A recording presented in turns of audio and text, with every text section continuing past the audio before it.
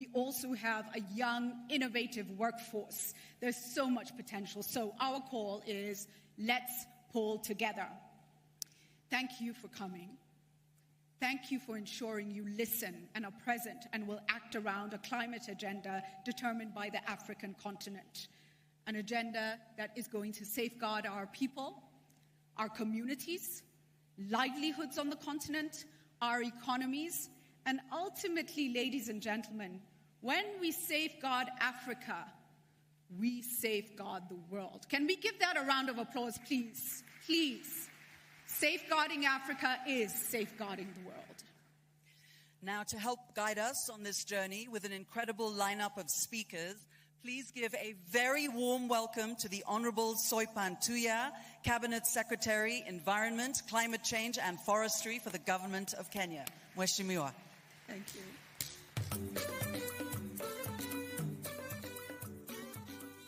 Excellency, President William Ruto, our host president, all our visiting heads of state here with us today, all distinguished guests, ladies and gentlemen, good morning. History documents that Africa, and Kenya in particular, is the cradle of mankind. It is my hope and prayer that out of the cradle of mankind comes the all-time elusive solution to combating climate change. African-led solutions to decarbonize and steer a low-carbon development pathway for the globe. We are gathered here today to make history as the continent of Africa. The world is facing many challenges, but none has become so apparent, so threatening, and so devastating as the threat of climate change. And we can only respond by making history at this inaugural Africa Climate Summit. Everywhere we look in Africa, there is a climate change-related story to tell. For example, in Malawi, Hurricane Freddy led to the loss of 200 people and nearly $2 billion US dollars worth of damage occasioned. Last year, the Horn of Africa came out of one of the worst droughts in decades, where we lost hundreds of lives and thousands of livestock. In fact, for the first time in Kenya, we had to track water for our wildlife in the national parks and reserves. Excellencies, ladies and gentlemen, although African countries are making every available effort to deal with the vagaries of climate change, our economies are continuing to be weighed down by mounting debts. As we speak, 31 out of the 37 heavily indebted poor countries in the world are in Africa. Over 20 years of climate change negotiations have yielded agreements and promises that have delivered very little for Africa. Instead, the imagery of Africa as a poor continent, a victim, keep dominating the climate negotiations year in, year out. The fact that Africa has historically contributed very little to the global emissions has remained an inconvenient truth, yet receiving no reciprocity from the rest of the world for the contribution we make. Excellencies, ladies and gentlemen, this inaugural Africa Climate Summit presents an opportunity like no other for Africa to change the course of history. Millions of young Africans are looking up to African leaders here to leave them with a promise, a visible promise, to make them feel that there is a future where they have hope to get green jobs, live a dignified life, and thrive. We are looking to the summit to chart a green growth pathway for the African continent, set the stage for Africa to lead the globe towards a more ecologically responsible global industrialization, catalyzed by financing that is accessible, adequate, and affordable. The world is waiting for something anew out of this week. We must not be held hostage to the past, but allow ourselves to reimagine a future where, as Africa, we lift ourselves from the fatigue of despair and make history.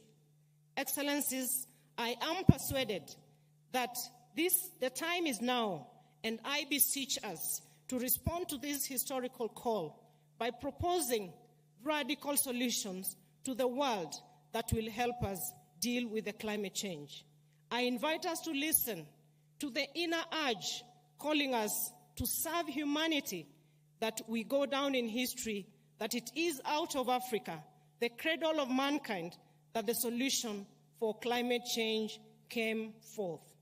Excellencies, allow me now to invite to kick us off the President of the African Development Bank, who has been in the middle of this discourse and supporting a lot of support to the cause. Welcome, Dr. Adesina Akiwumi.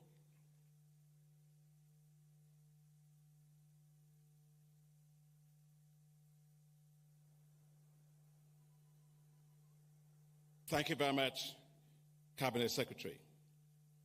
Your Excellency, William Ruto, President of Kenya, and our gracious host, and my dear brother.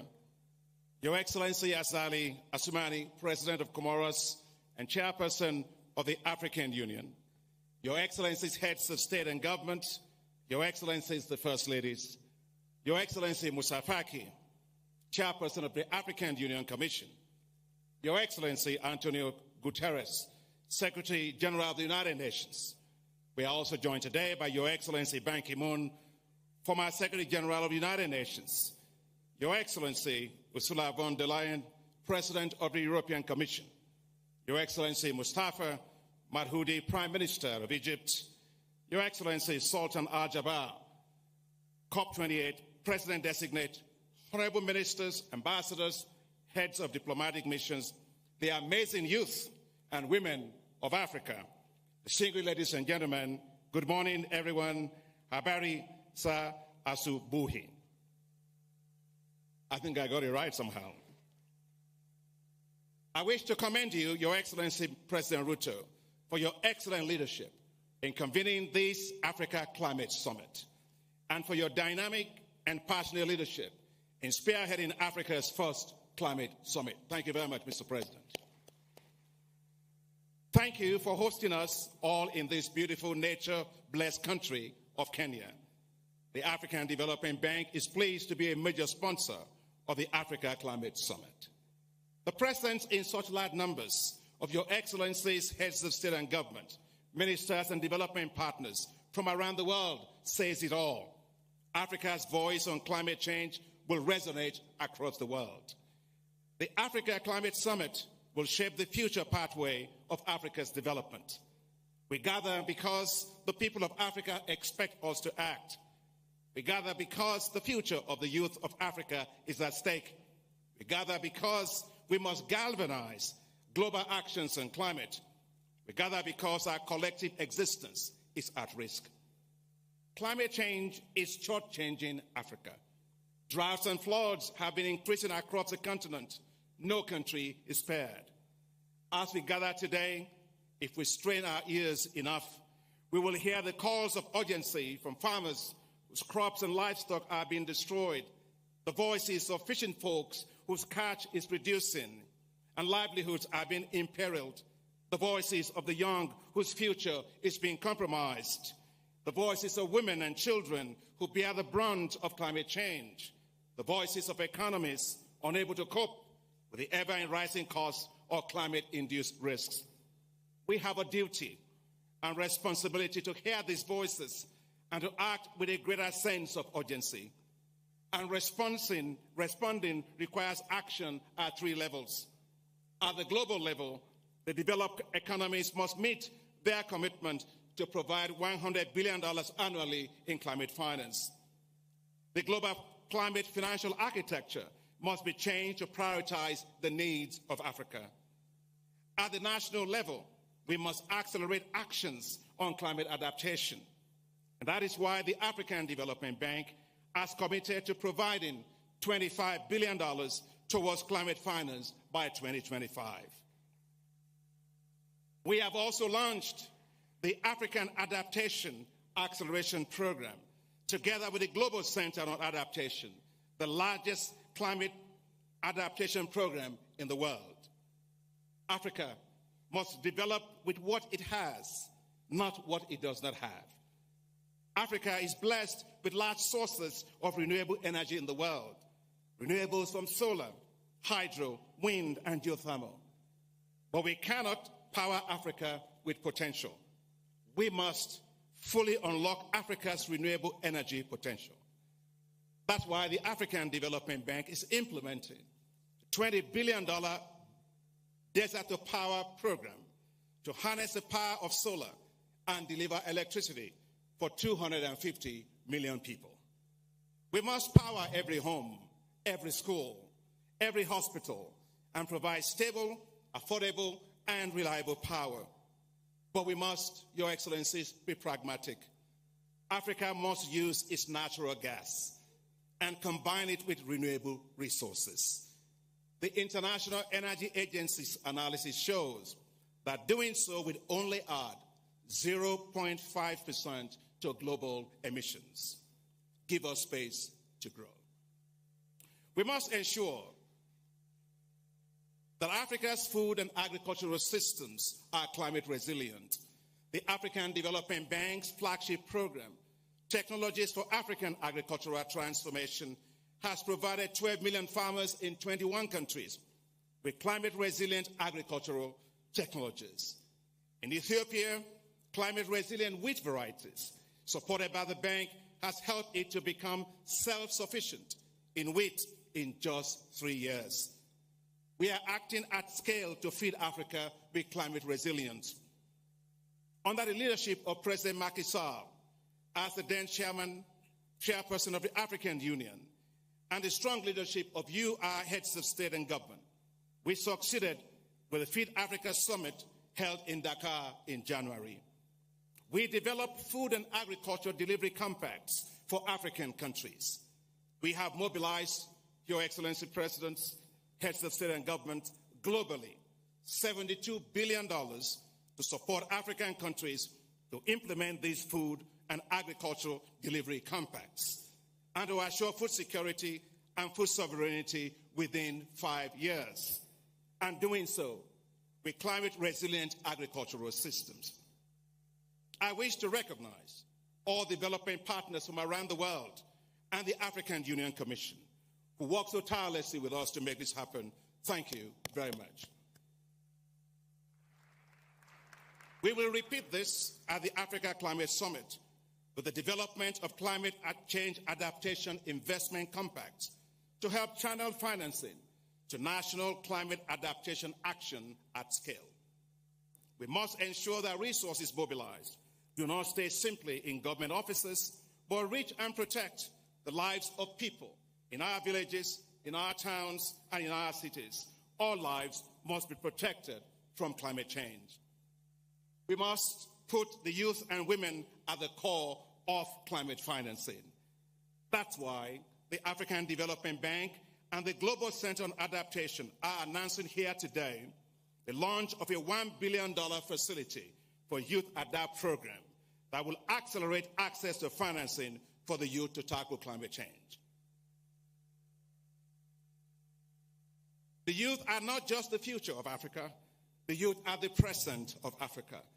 The African Development Bank is also rolling out the establishment of youth entrepreneurship investment banks, new financial institutions that will support and grow the businesses of the youth all across Africa. Finally, we must revalue, Your Excellencies, the wealth of Africa by accounting for the proper valuation of its abundant natural resources, including its vast forests that sequester carbon. Few may know that the Congo Forest Basin is the world's largest carbon lungs, larger than the Amazon forest. Yet, Africa's rich nature wealth and the global value of its carbon, its sequesters for the world, are not accounted for in the estimation of its GDP. It is not enough to praise Africa for its rich natural capital. Its GDP must take that into consideration. Africa's GDP must therefore be revalued based on its carbon sequestration and biodiversity, which provide global public goods. If this is done, the debt to adjusted GDP ratio of several African countries will be much lower, and they will have greater headroom to borrow more financing to support their development, including investing in the greening of their economies. We must, Your Excellencies, therefore, turn Africa's economies green, not because others ask us to do so, but because it is in our interest to do so. Africa must develop its own carbon markets, properly price its carbon, and turn its vast carbon sinks into new sources of enormous wealth. Africa cannot be nature rich and cash poor. As we look towards COP28, African needs must be front and center, powered by the leadership of our heads of state and government, our youth and the private sector, and the voices of our communities. We must be the vuvuzelas of climate financing for Africa.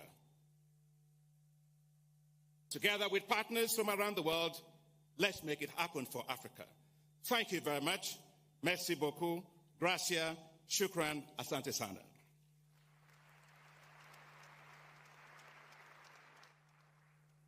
Excellencies, our next speaker is His Excellency Musa Faki Mahamat, the chairperson of the African Union Commission. Welcome, Your Excellency. A formidable global reputation of peacekeeping. We know you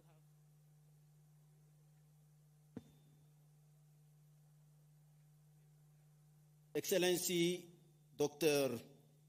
William Ruto, President of the Republic of Kenya, Excellency Azalia Soumani, President of the Union of the Comoros and current Chairman of the African Union, Excellencies, Head of State, Government and Delegation, Excellency Antonio Guterres, United Nations Secretary General, Excellency Ursula von der Leyen, President of the European Union Commission, representatives of international organizations, financial institutions, civil society, youth, women, honorable ministers, distinguished guests, ladies and gentlemen, all protocol observed. First and foremost, I would like to thank President William Ruto, the government and the people of Kenya for the exceptional hospitality accorded to us since our arrival in this hospitable and green capital, Nairobi. The beautiful and natural environment in this country augurs well for the great success of our climate summit. The organization of this climate summit in such friendly conditions in just 6 months, thanks to the decision of the African Union Summit last February, is striking proof of the excellence of your leadership, dear friend William. I sincerely congratulate you. Excellences, Mesdames et Messieurs, le récent rapport du groupe international d'experts sur les changements climatiques on climate change, IPCC, confirms our fears. Africa is warming faster than the rest of the world. If this phenomenon is not stopped, climate change will continue to have a serious negative impact on the growth of the African economies. Agricultural productivity has been reduced by 34% between 1961, since 1961, due to climate change, more than any other region. Hence, it will have an unbearable pressure on the food systems in Africa. African countries thus face disproportionate burdens and risks arising from unpredictable weather patterns, particularly prolonged droughts and devastating floods at all levels. Massive humanitarian crises provoke detrimental impacts on economies, health, education, peace and security, and other related risks. For example, the season 2022-2023, about 18 million people have been affected by drought in the Horn of Africa alone. Recently, tropical cyclone Fred has affected more than 1.2 million of people and caused the death of more than 700 people. It is also estimated that between 2019 and 2023, the economic loss as a result of disasters in Africa is between 20 and 35.5 billion American dollars. This gloomy list is not exhaustive. Excellencies, ladies and gentlemen, climate change has spared no sector. It is to be recalled that Africa has around 400 million who do not have access to clean drinking water, and about 700 million do not have access to a very good sanitation. And this also indicates, experts indicate that there is a gap, a financing gap of 11 to 20 billion dollars. So we are obviously on the verge of seeing climate degradation. It is not the only factor, and it will be wrong not to integrate this in our global analysis of the negative factors, including governance, which is at the very center. I do not want to yield to pessimism. And in the general, it is, however, fortunate that in the table we have some beacons and favorable indicators. I cannot help reminding that 600 million people do not have access to electricity, and 200 million of them do not have access to clean cooking and are exposed to all respiratory problems and diseases due to smoke. And because of climate change, we have problems in our infrastructure, and we need to develop profitable infrastructure and spend at least $160 billion per year. Indeed, it is encouraging to note that the African governments have devoted about 3.5% of their GDP to the development of infrastructure over the past 20 years. It is too little compared to some emerging countries. China and India, for example, devote 7.7 and 5.2% of their GDP, respectively, in infrastructure. We can thus see in which direction efforts have to be made. Excellencies, ladies and gentlemen, this summit affords us an excellent opportunity to translate the climate ambitions of Africa into investment opportunities, to consolidate our voices on matters on burning issues of climate change, to prepare for the UN Climate Summit and for COP28 in the United Arab Emirates. At these meetings of global importance, Africa must, among other challenges, highlight the worrying and sometimes tragic situation in the Sahel, in the Horn of Africa, where droughts and floods alternate, in the Congo River Basin, with dangerous deforestation and the disastrous consequences of cyclones in southern Africa and in the island states. It is urgent that Africa come to all these meetings with concrete proposals to be implemented without delay.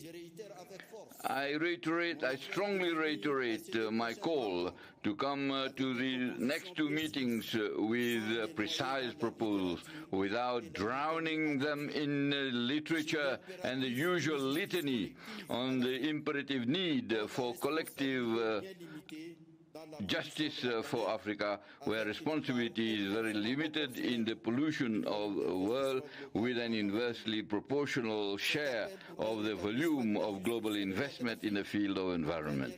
This call for a restoration of justice for Africa would benefit from being supported by a real reform of the global financial architecture, for which a high-level panel is rightly devoted at this summit.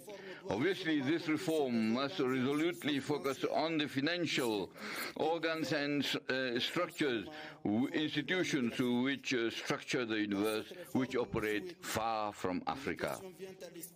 In this desired reform, a question comes to mind: the weight of the debt and the financing gap of the SDGs. Africa alone represented a need of $1.3 billion per year for sustainable development needs by 2030, while the financing needs for SDGs in the same period were $2.5 billion for financing developing countries. Everyone knows that the public debt stock in sub-Saharan Africa at the end of 2023 was estimated at $1.1 trillion out of 650 billion SDRs mobilized. Africa received only 33 billion, which is only 4.5%. In view of these staggering figures and many others, it is clear that there is no relevant global intervention in favor of Africa without a credible solution for the crippling debt challenge of Africa. To wage a struggle which includes financing adaptation, $100 billion per year, Africa has galvanized its will in its common position through a momentum unifying African voices, and it will be a central point of our agenda in G20 as soon as we join it. However, in this struggle, Africa cannot just be satisfied with incantation. Just like for its independence, it is a challenge to rely on its own personal efforts, on its own genius, the quality and its virtues of bold, imaginative, united and interdependent leadership. I wish you full success to our deliberations. I thank you very much. Asante sana.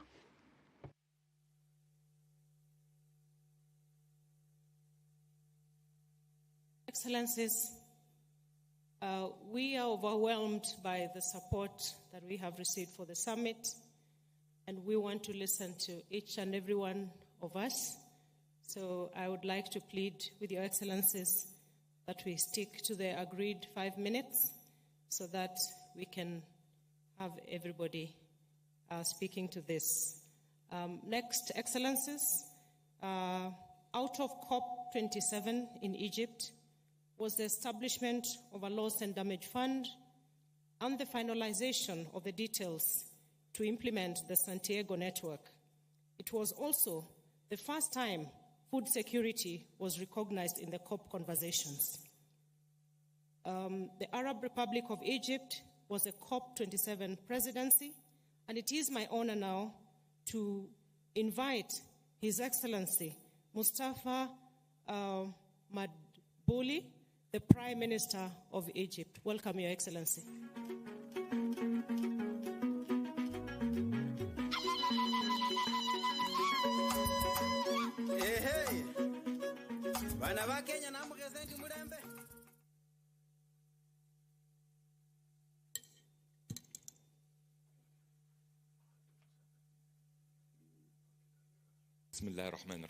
Au nom de Dieu le tout, Clément le tout, miséricordieux, président du Kenya, distingués invités, distingués présidents, mesdames et messieurs, je veux tout d'abord vous transmettre les salutations de son Excellence le président Abdel Fattah el-Sisi, président de la République arabe d'Égypte. Il m'est un grand privilège de participer au nom de l'Égypte à cette réunion de haut niveau et je félicite son Excellence président Ruto et Kenya qui a voulu bien abriter cette réunion qui survient après le succès de la réunion de la COP 27. Mesdames et messieurs, ce sommet d'aujourd'hui survient à un moment critique de notre monde et en particulier le continent africain qui témoigne de la fréquence du changement climatique avec les vagues de sécheresse dans le Sahel et les feux et incendies et les ouragans au sud du continent et l'élévation de la température, l'élévation du niveau de la mer et de l'océan et l'élévation des températures au nord de l'Afrique. Et ceci aggrave les pressions sur nos communautés et nos pays africains.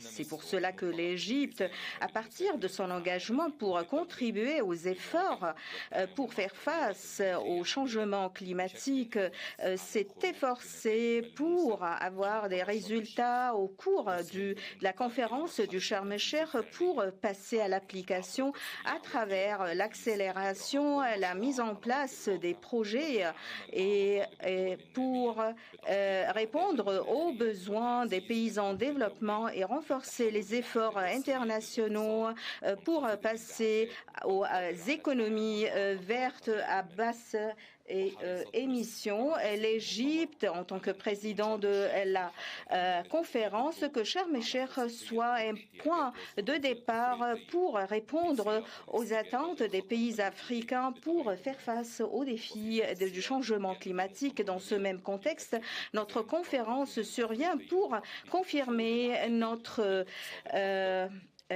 détermination à passer vers l'économie verte et à recevoir le soutien technique et financier et les investissements, ce qui permettrait de bien d'explorer toutes les richesses de nos continents, non pas uniquement dans l'investissement et le financement des projets de résilience, mais également à présenter certains financements pour faire face aux dégâts et pertes. Et je confirme le rôle qu'entreprend le comité des présidents africains et le comité des conférences, le comité des ministres de l'environnement africain pour faire face au changement climatique et ses répercussions néfastes. Mesdames et messieurs, le fait de s'élargir dans les ressources renouvelables sont au sein du modèle de développement et c'est ce qui a été bien félicité par les pays au cours des CDN et notre continent est riche par des exemples qui ont pris l'Égypte qui est arrivé à réaliser 20% de la production de l'énergie des sources renouvelables, mais nous aspirons à atteindre 40%. Dans ce cadre, j'aimerais bien confirmer la vision des Émirats arabes unis à travers M. Sultan El Gaber pour passer à l'énergie renouvelable. C'est une vision.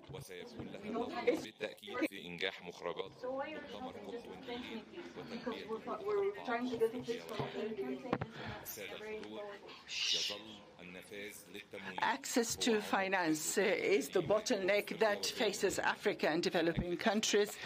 to turn its dreams and plans to reality, to contribute in solving the climate issue.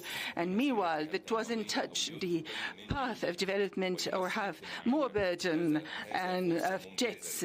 This is a great opportunity to deal with the financing of climate, and the Egyptian vision in this respect it has to do with the following. First, we need to reconsider the available financing instruments and to move to concessional financing and grants to accelerate the transition required.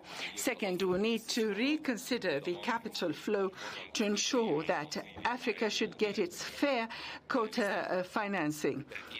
We need to emphasize that financing climate is an additional and a new kind of financing, and it does not take a piece of the development financing. We need to activate an active and good mechanism to use the current and existing debts to turn those debts into financing climate. In this regard, we're looking forward that Dubai meeting would be a breakthrough in the pledges of advanced countries to provide an annual amount of $100 million for climate.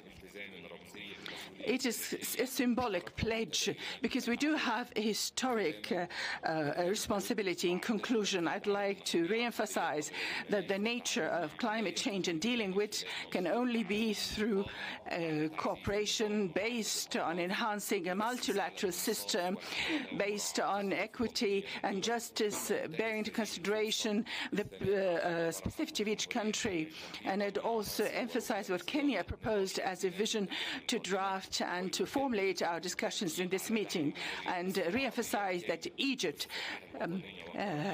as a head of the current session of the UN climate meeting in Dubai, the COP28, and we believe its support to build up on the outcomes of Sharm el-Sheikh and to have more outcomes. We fully support them in their efforts. Thank you very much.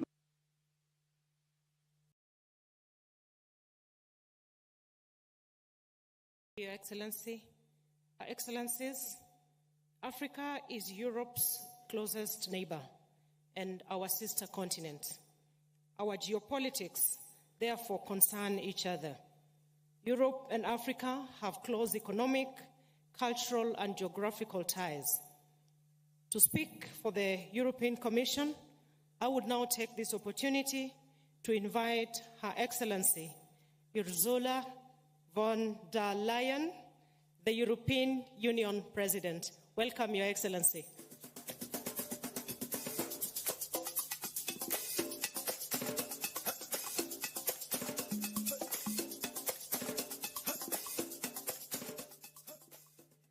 Thank you very much, dear President Ruto, for hosting this Africa Climate Summit. And thank you very much for your leadership on climate action ever since you took office. I very much welcome Kenya's Climate Change Act 2023 that was launched during this summit and that puts strong emphasis on carbon markets. We fully support you on this important topic. Presidents, prime ministers, fellow leaders, excellencies, I want to greet my colleague Moussa Faki, Chairman of the African Union. I want to greet the President Assoumani from the Comoros. I want to greet Secretary General Antonio Guterres, Dr. Sultan Al Jaber, President of the COP28, my fellow leaders, ladies and gentlemen. I am deeply honored to participate in this discussion. This summit is a crucial step to prepare the upcoming COP28 meeting and to make sure that Africa's voice resonates around the world and that Africa's priorities as a continent that is most affected by climate change are duly taken on board. Today, I'm here not only to listen to you, but also to bring Europe's offer to be your ally at COP28. and to work together on all issues on the agenda. Because however different our two continents may look, we share the same interests when it comes to climate action. We hear you, President Ruto, and dear friends, when you say that Africa's first priority is to grow your economy, yes, and lift as many people as possible out of poverty. Yes, you're so right. Climate action is part of the solution. You are part of the solution. With your huge potential for renewable energy and clean hydrogen, your critical raw materials, your incredible nature and biodiversity, and your young workforce, you can help clean up global energy systems and supply chains while creating good jobs here and economic opportunities yet that your people demand, rightly so. This is a win-win partnership which benefits Africa and the world. For instance, the benefits of expanding Africa's clean energy sector would be massive. By speeding up the transition to solar and wind power, energy sector jobs in Africa could double in a few years. And Africa could produce enough clean energy not only to power up your continent, but also to export abroad. Climate action can be one of the main drivers of Africa's growth. But for this, Africa needs massive investment. And Europe wants to be your partner, in closing this investment gap. First of all, we fully support the need for multilateral development bank reform. It is time to move from words to action, absolutely. Secondly, investment has to come. And this is why 150 billion euro in our investment plan are designated for Africa. We call it Global Gateway. They are aimed at the African continent. Global Gateway supports investments ranging from hydropower plants in the DRC, Burundi, Rwanda, and Tanzania, to the 1 billion euro initiative on climate adaptation and resilience in Africa, which we announced at COP27. And Global Gateway is unique in the global investment landscape. We're not only interested in extracting resources. We want to partner with you to create local value chains, to create good jobs here in Africa. We want to share European technology with you. We want to invest in skills for local workers. This is crucial for the young people, because the stronger you are as suppliers, the more Europe will diversify supply chains towards Africa, and the more we both will de-risk our economies. It's a clear win-win. Namibia, for instance, is now building a new hydrogen industry, as well as rare materials value chains in partnership with Europe. And later this morning, President Ruto and I will conclude a new hydrogen partnership between Kenya and the European Union, with the objective to further develop the green hydrogen economy and with the full support of Team Europe. This is good news for Africa and for Europe alike. So we should work very closely as partner. Yet, public money from major economies, however crucial, is not enough. And this is why we need to bring the conversation on climate financing to the global stage at COP28. Let me briefly share 3 specific points that will be discussed here in Nairobi to pave the way towards COP28. First, on attracting private investment to Africa. Second, on carbon pricing and carbon credits. And third, on setting global targets for the energy transition. On the first point, the green transition will require an unprecedented scale of private investment. Public finance will not suffice.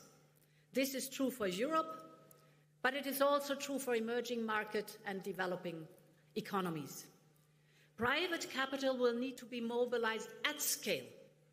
And here, green bonds are widely recognized as providing part of the solution.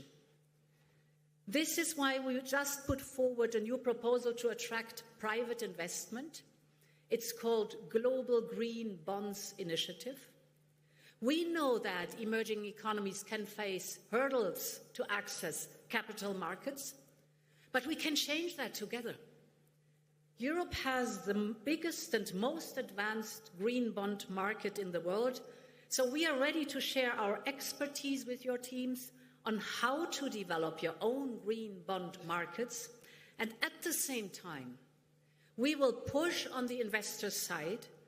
Together with the European Investment Bank and our member states, we are allocating 1 billion euros to de-risk private investments in emerging markets. This could help to attract up to 20 billion euros in sustainable investment. So, let's work together on that to build and grow Africa's green bond markets, and let us bring together this crucial point to COP28. There's another solution that would unlock huge resources for climate action in Africa, and that is carbon pricing and true carbon credits. And this is my second point. I believe, as you do, President Ruto, that setting a price on carbon emissions is one of the most efficient and one of the most effective tools in our hands, because it fosters innovation by the private sector, that's crucial, because it makes heavy polluters pay a fair price, that is necessary, and because it creates revenues that can support the clean transition in developing countries. That's what we need. And this includes also to include the carbon sinks that have been mentioned, and you are rich in carbon sinks here, and to reward this contribution. We have to get there. We will discuss this in more detail in the next session, so let us work together to bring a proposal for global carbon pricing and true carbon credits at COP28. And finally, on global energy goals, if we are to limit global warming to 1.5 degrees, we have to speed up the global energy transition. That means if we want to match our goals, we need to triple renewable energy capacity, and we need to double energy efficiency by 2030. This sounds bold, but it is doable. If we step up global investment in renewables, this would make clean energy more affordable for all countries, including here in Africa. And this is why COP28 President Dr. Sultan Al-Jaber and I champion an initiative for global targets for the energy transition to be achieved collectively. Because only what gets measured gets done. So, the global goals will provide a benchmark to track the progress and to attract even more private investment. So, I look forward to working with you on this and much, much more. I hope that Africa and Europe will join forces to reach a global agreement at COP28. Ladies and gentlemen, these three proposals may look bold. They may look impossible to achieve.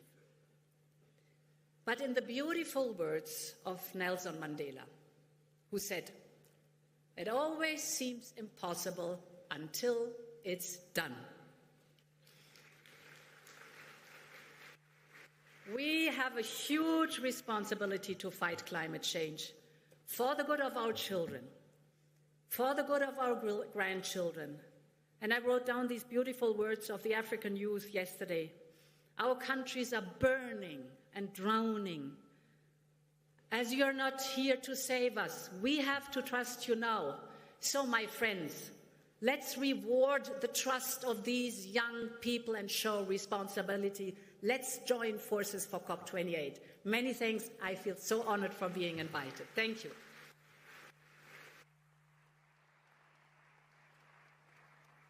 Thank you very much, Your Excellency. Excellencies, the Nairobi African Leaders Declaration on Climate Change and Call to Action, which we hope that we will get from you, Excellencies, tomorrow, will take a tour of the United Nations Secretary General Summit, then eventually to the UAE for COP28. What better way to start preparing the way for the declaration than by having the COP28 President-designate, Dr. Sultan Al-Jaber, the COP28 President-designate, to address this summit. Dr. Al-Jaber is the Minister of Industry and Advanced Technology of the United Arab Emirates. Welcome, Your Excellency.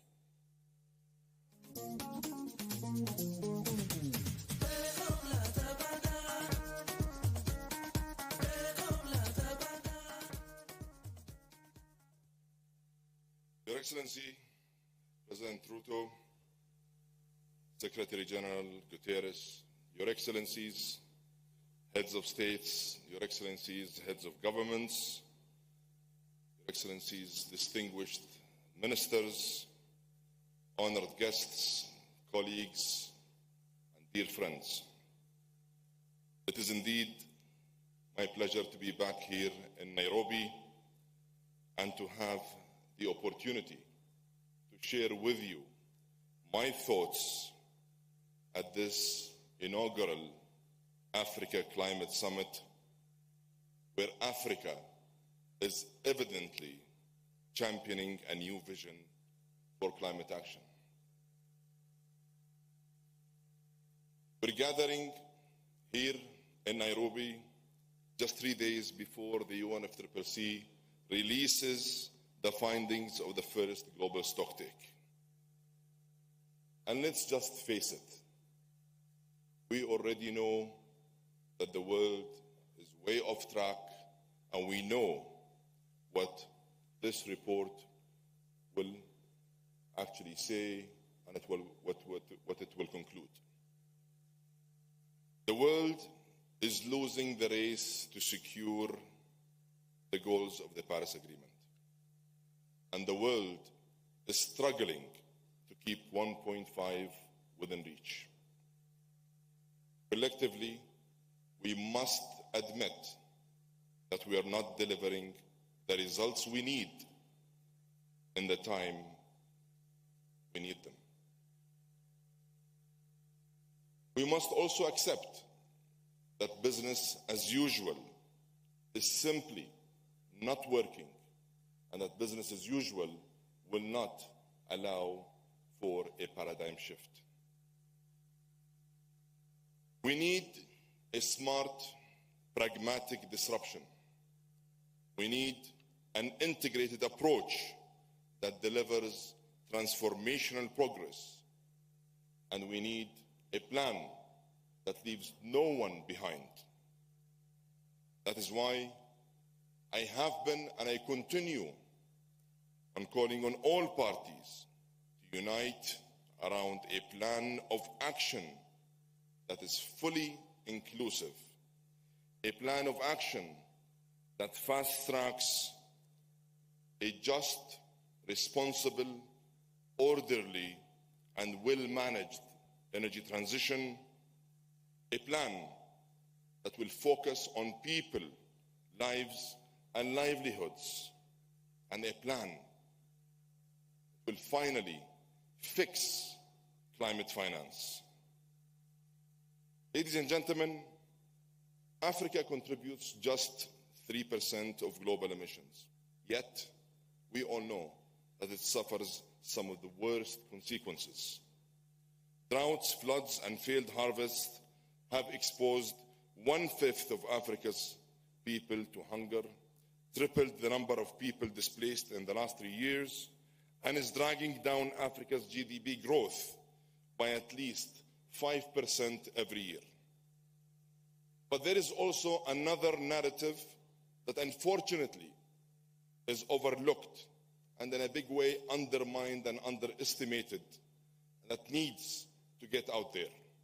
And that is, Africa is also a beacon of hope, filled with potential and a global example of what pro-climate and nature-positive development should and must look like.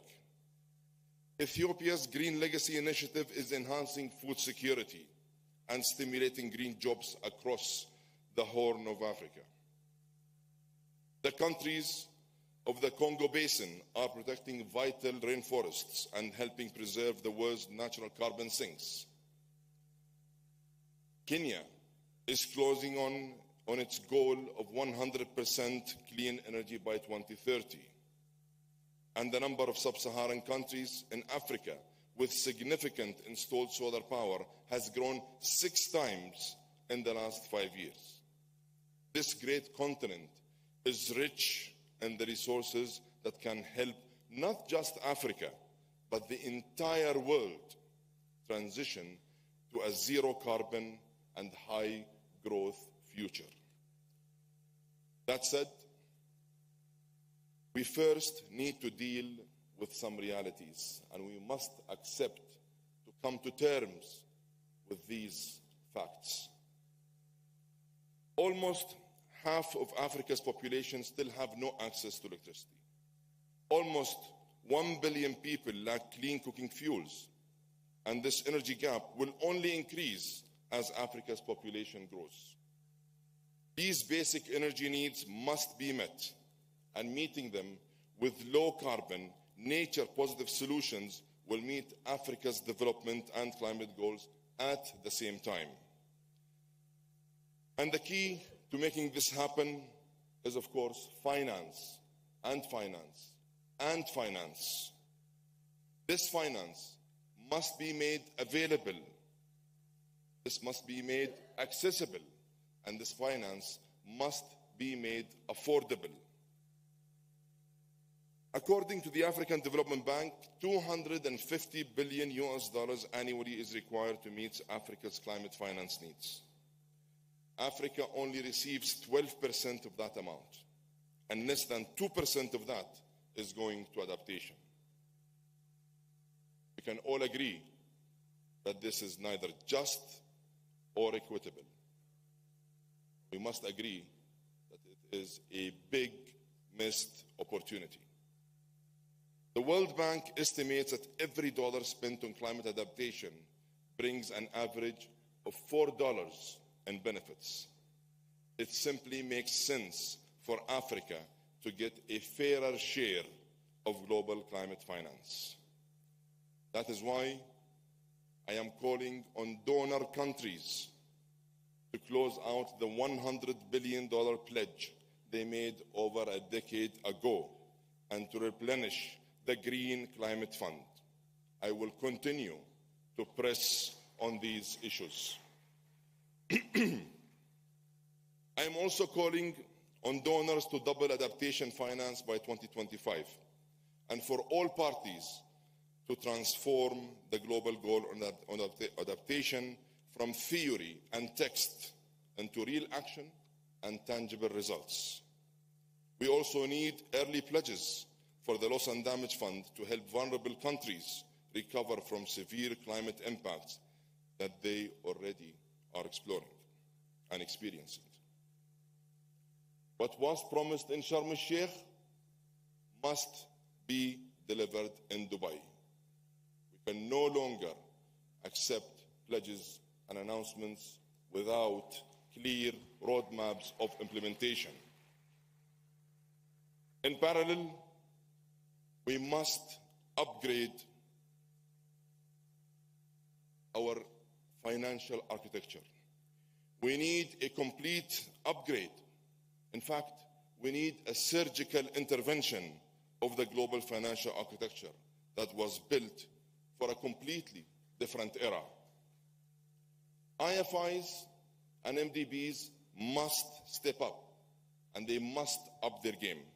They need to raise concessional capital and lower debt burdens. They need to attract and leverage private capital at a multiple, and the multilateral public and private sectors need to mesh together and work as true partners to accelerate the delivery of practical solutions and real impactful projects on the ground. Excellencies, ladies and gentlemen, the United Arab Emirates has applied this model of genuine partnership to invest in clean energy projects in 70 countries around the world. We have always chosen to meet global challenges by building bridges and working with like-minded partners on solutions in the pursuit of progress and sustainable development. That is why I am pleased to answer the call made by African leaders to seize the opportunity of green growth. And today, it is my true honor to announce a new initiative between the United Arab Emirates and Africa that aims to unlock Africa's capacity for sustainable prosperity. Your Excellencies, the Abu Dhabi Fund for Development, Etihad Credit Insurance, Masdar, the Abu Dhabi Future Energy Company, and EMEA Power will join with Africa 50 as a strategic partner under the guidance of the UAE and African leadership to develop 15 gigawatt of clean power by 2030. Working together, we will deploy, and by working together, we will deploy $4.5 billion that will catalyze at least an additional $12.5 billion from multilateral public and private sources. It is our ambition that this will launch a new transformative partnership to jumpstart a pipeline of bankable clean energy projects in this very important continent. This initiative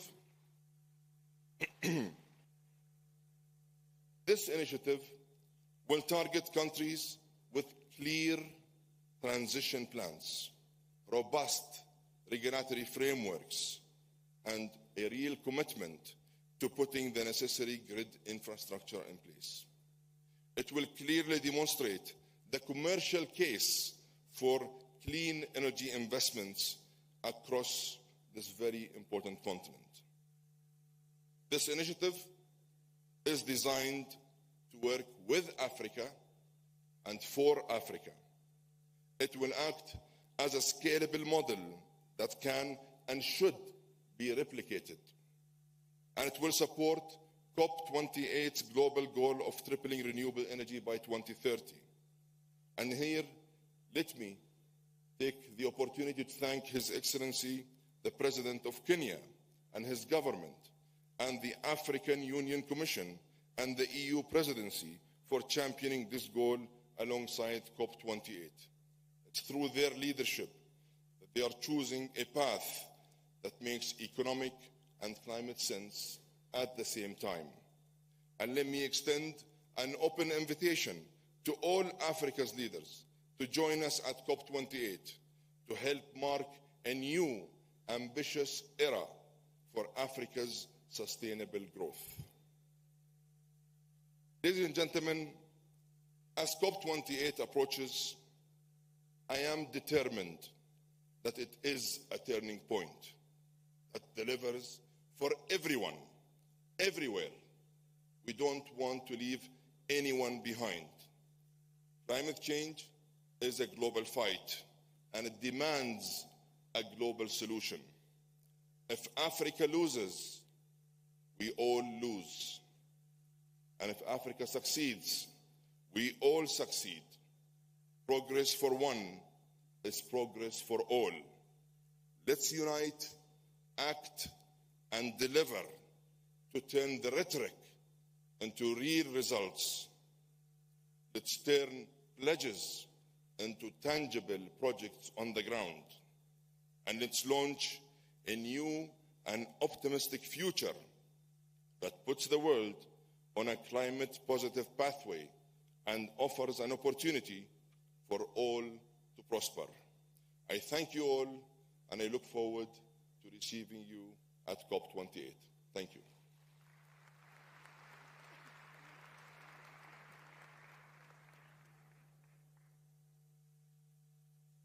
Thank you, Excellency. Excellencies, the Nairobi Declaration, like I indicated, will find itself to the UN General Assembly, and we are happy to have with us the UN Secretary General, His Excellency Antonio Guterres, who is both a politician and a diplomat who will guide the discussions and midwife the contents of our declaration to find itself into UN resolutions. Welcome, Your Excellency.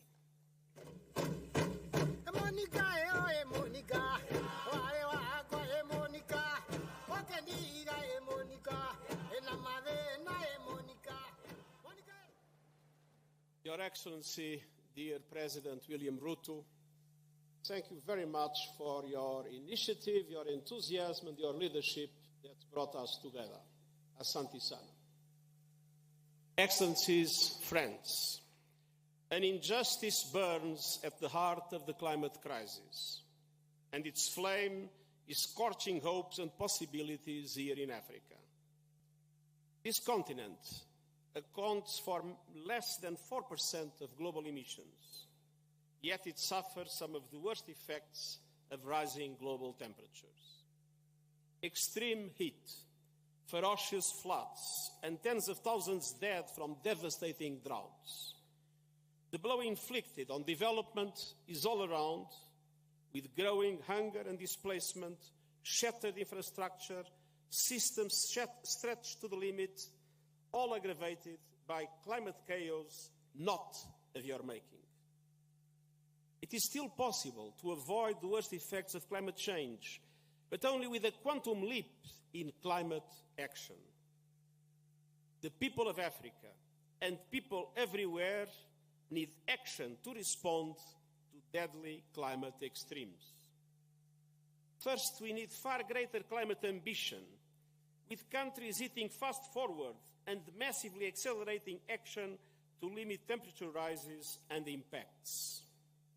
And the largest emitters must lead the charge, in line with my Climate Solidarity Pact and acceleration agenda. And here, from a low-emitting continent, Africa, I make a very strong appeal to the large emitters, to the G20 countries responsible for 80% of the emissions that will be meeting this week in Delhi. Assume your responsibilities.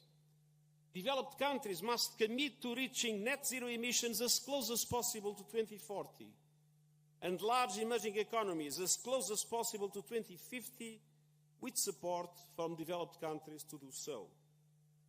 And it's time to break our addiction to fossil fuels and invest in a just and equitable transition. We need to see credible plans to exit coal by 2030 for OECD countries and by 2040 for the rest of the world. And we need ambitious renewable energy goals in line with 1.5-degree limit. And we must bring affordable electricity to everyone on Earth, and particularly in Africa, while simultaneously reaching net zero electricity by 2035 in developed countries and 2040 elsewhere. Second, reaching these targets requires climate justice. Developed countries must present a clear and credible roadmap to double adaptation finance by 2025 as a first step towards devoting at least half of all climate finance to adaptation. And they must also keep their promise to provide $100 billion a year to developing countries for climate support and fully replenish the Green Climate Fund. And all countries must also operationalize the loss and damage fund proposed at COP28 this year. Every person on Earth must be covered by an early warning system by 2027 by implementing the action plan we launched last year. And 6 out of every 10 Africans currently lack access to these systems. The early warning for all Africa action plan launched yesterday under the leadership of the African Union will be critical to addressing this need. And more broadly, we need a course correction in the global financial system so that it supports accelerated climate action in the context of sustainable development. And we can't achieve one without the other.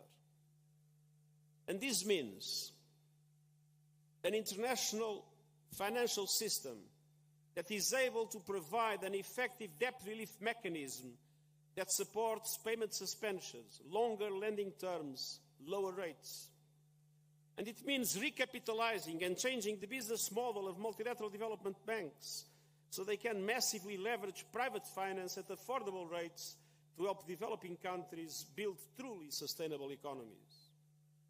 The global financial system must be reformed to be an ally of developing countries as they turbocharge the just and equitable green transition that leaves no one behind. Which brings me to my third point, making Africa a world leader in renewable energy and green growth. This continent is rich in renewable energy potential. Africa is home to 30% of the mineral reserves that are critical to renewable and low-carbon technologies like solar power, electric vehicles, and battery storage. Of course, we must not repeat the mistakes of the past. To truly benefit all Africans, the production and trade of these critical minerals must be sustainable, transparent, and just across every link of the supply chain, with maximum added value produced within African countries. African leadership is also helping to generate innovative green economies anchored in renewable power. From the Greater Horn of Africa, where over 85% of electricity generation comes from renewables, including massive hydropower projects in Ethiopia, Kenya, and Sudan, to wind and solar projects in Egypt, Algeria, Tunisia, and Morocco, to Mozambique, which gets nearly 100% of its energy from green and sustainable sources, to the increased installation of large-scale solar projects, including in South Sudan.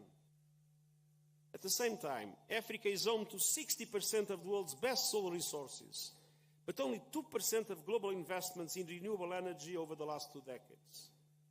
Now is the time to bring together African countries with developed countries, financial institutions, and technological companies to create a true African renewable energy alliance. With adequate access to financial resources at reasonable cost and technological support, renewables could dramatically boost economies, grow new industries, create jobs, and drive development, including by reaching the over 600 million Africans living without access to power. Renewable energy could be the African miracle, but we must make it happen. We must all work together for Africa to become a renewable energy superpower. Excellencies, friends, just as the injustice of climate change burns fiercely here in Africa, so do the opportunities. I'm convinced that Africa can be at the heart of a renewable future.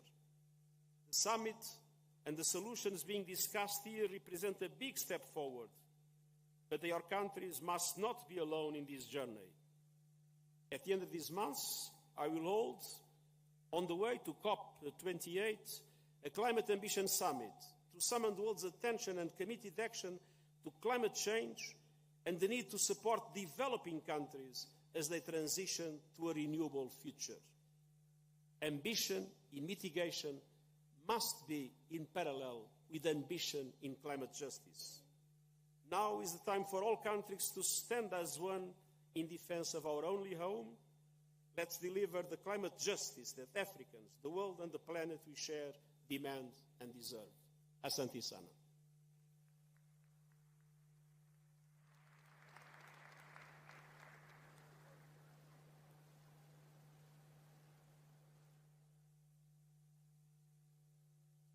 Thank you, Your Excellency. Excellencies, it is the African Union Summit in February that approved the co-hosting of this summit by Kenya and the AU Commission. And to speak to us next on his aspirations for the summit, let us welcome His Excellency President Azali Assoumani, President of the Comoros and the Chairperson of the African Union. Welcome, Your Excellency.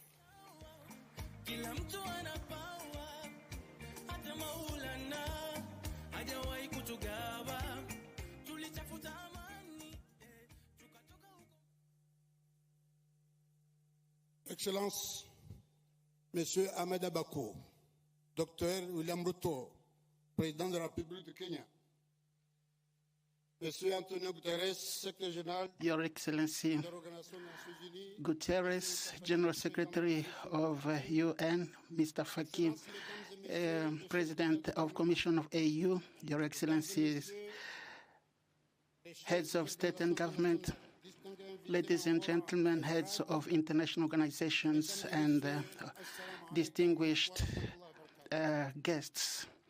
All protocols are observed. Salam alaikum wa barakatuh. At this time, all the eyes are on us, the African continent, united here to discuss at the highest level, thinking on the issue of climate. For this, we think that we are going to succeed here in this beautiful capital city of Nairobi to come up with a new impulse to the dynamics in order to fight against the effects of climate change in our planet village. This is an opportunity for me, first of all, to thank and sincerely thank our brother Ahmed Abako, William Ruto, for his commitment for sustainable and harmonious development. I would also like to thank the people and the government of Kenya for brotherly reception that we enjoyed since we are right here in this beautiful country, and for the hospitality that we enjoy here in Nairobi. Your Excellency, ladies and gentlemen, when we see what our planet has been undergoing, we have seen devastating effect on our societies, on our economies, on our ecosystem, on our diversity in general. According to the intergovernmental experts working on climate, the world temperature is increasing. It has been increasing since 1990, and we cannot say that this is negligence, but it is the fact that we are not taking into account on this problem, and also the weak action in order to fight this effect. Therefore, we need to intensify our actions because of the effects which are dramatic on our continent. Even if we are only responsible for only less than 4% for greenhouse emission, the island states like the Comoro Union, we are experiencing this, and we are not well equipped in order to fight all this.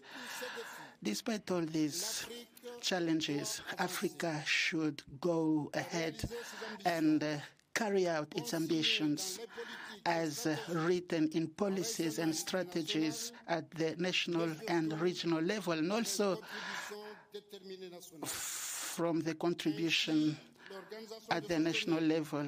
Therefore, the organization of this summit on climate in this beautiful country has come at the right time so that we can come up with a conventional approach between the countries of the North and the countries of the South by highlighting the shared responsibility through dialogue in order to come up with solutions that are shared. For this, Africa should make profit from this organization so that we can come up with innovative, inclusive, and sustainable solutions by us and for us, and also define the collaboration for concrete climate action on this planet. Ladies and gentlemen, honorable participants, the continent is impacted by negative natural impacts. For example, Comoros, we undergo almost every year a lot of damages and losses from the earthquake, tropical cyclones, and earthquakes, and we lose every year almost $5.7 million. My country, we have carried out programs in order to do the adaptation and mitigation. For mitigation of energy, energy is an important potential by using renewable energy, air energy, photovoltaic energy, in order to produce electricity and reduce the use of firewood in homes and industries.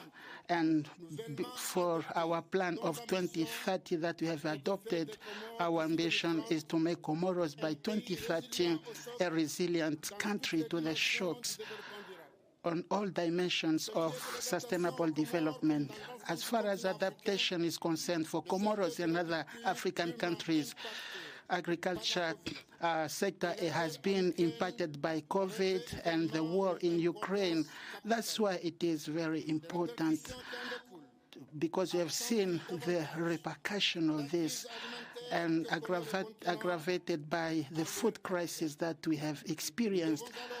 We have been experiencing on the continent. Therefore, we have to take the opportunity of this summit so that we can identify the actions that we can put in place in order to come up with a food system that is sustainable and resilient in order to guarantee our means of subsistence, and this should be sustainable.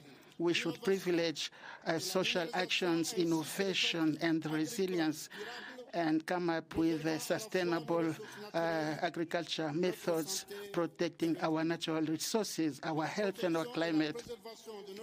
Protection of our resources, air and water resources, should be also at the center of our concern. That is why the Moroni Declaration from the Ministerial Conference on Blue Economy and Climate Conference in Africa. This was organized in collaboration with the African Union Commission and UNSCA and the International Commission for Nature and the Indian Commission. They highlighted the work of climate and recognizing the role of seas and oceans in adaptation and mitigation. For this, we call upon the island states of Africa in the negotiations by highlighting their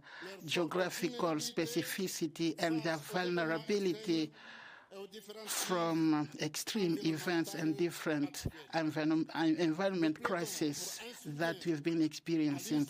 We call upon for the support in order to have sustainable blue economy, generating employment, and come up with a new partnership through reinforcing cooperation of partnership and collaboration.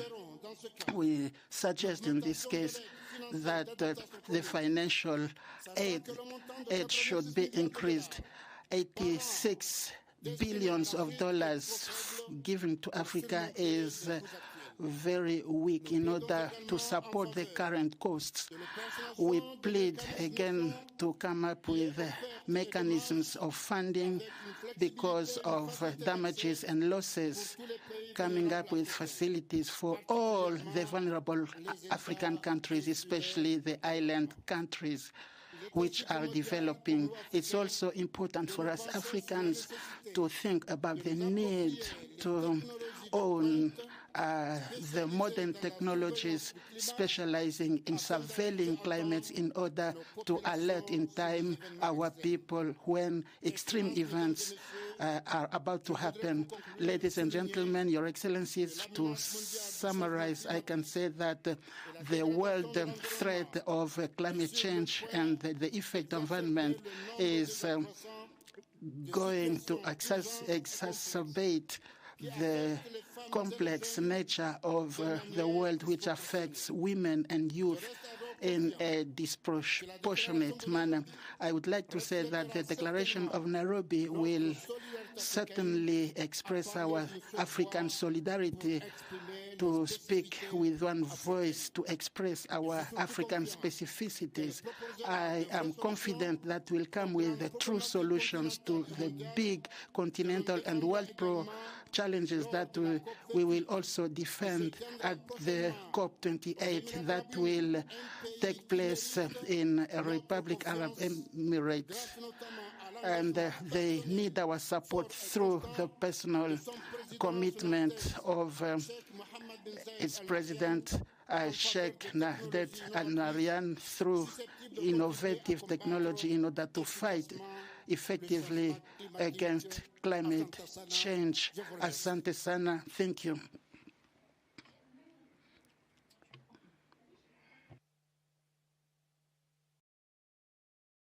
Thank you, Your Excellency. Excellencies, now to cap for us this opening session is the chairperson of the Committee of African Heads of State and Government on Climate Change, and also the President of the Republic of Kenya, His Excellency William Samoei Ruto. Welcome, Your Excellency.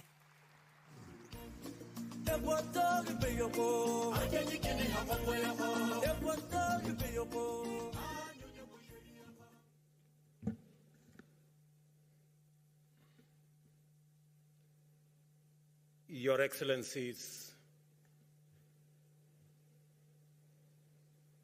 honorable ministers, distinguished participants, delegates, ladies and gentlemen, good morning and welcome to Kenya.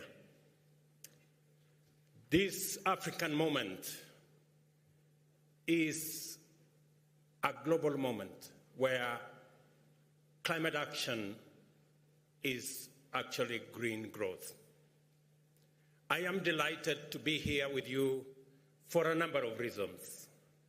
First, I am excited to participate in this summit as a scientist who has done some research on ecological impacts of human activity on fragile and precious ecosystems, including rivers and wetlands.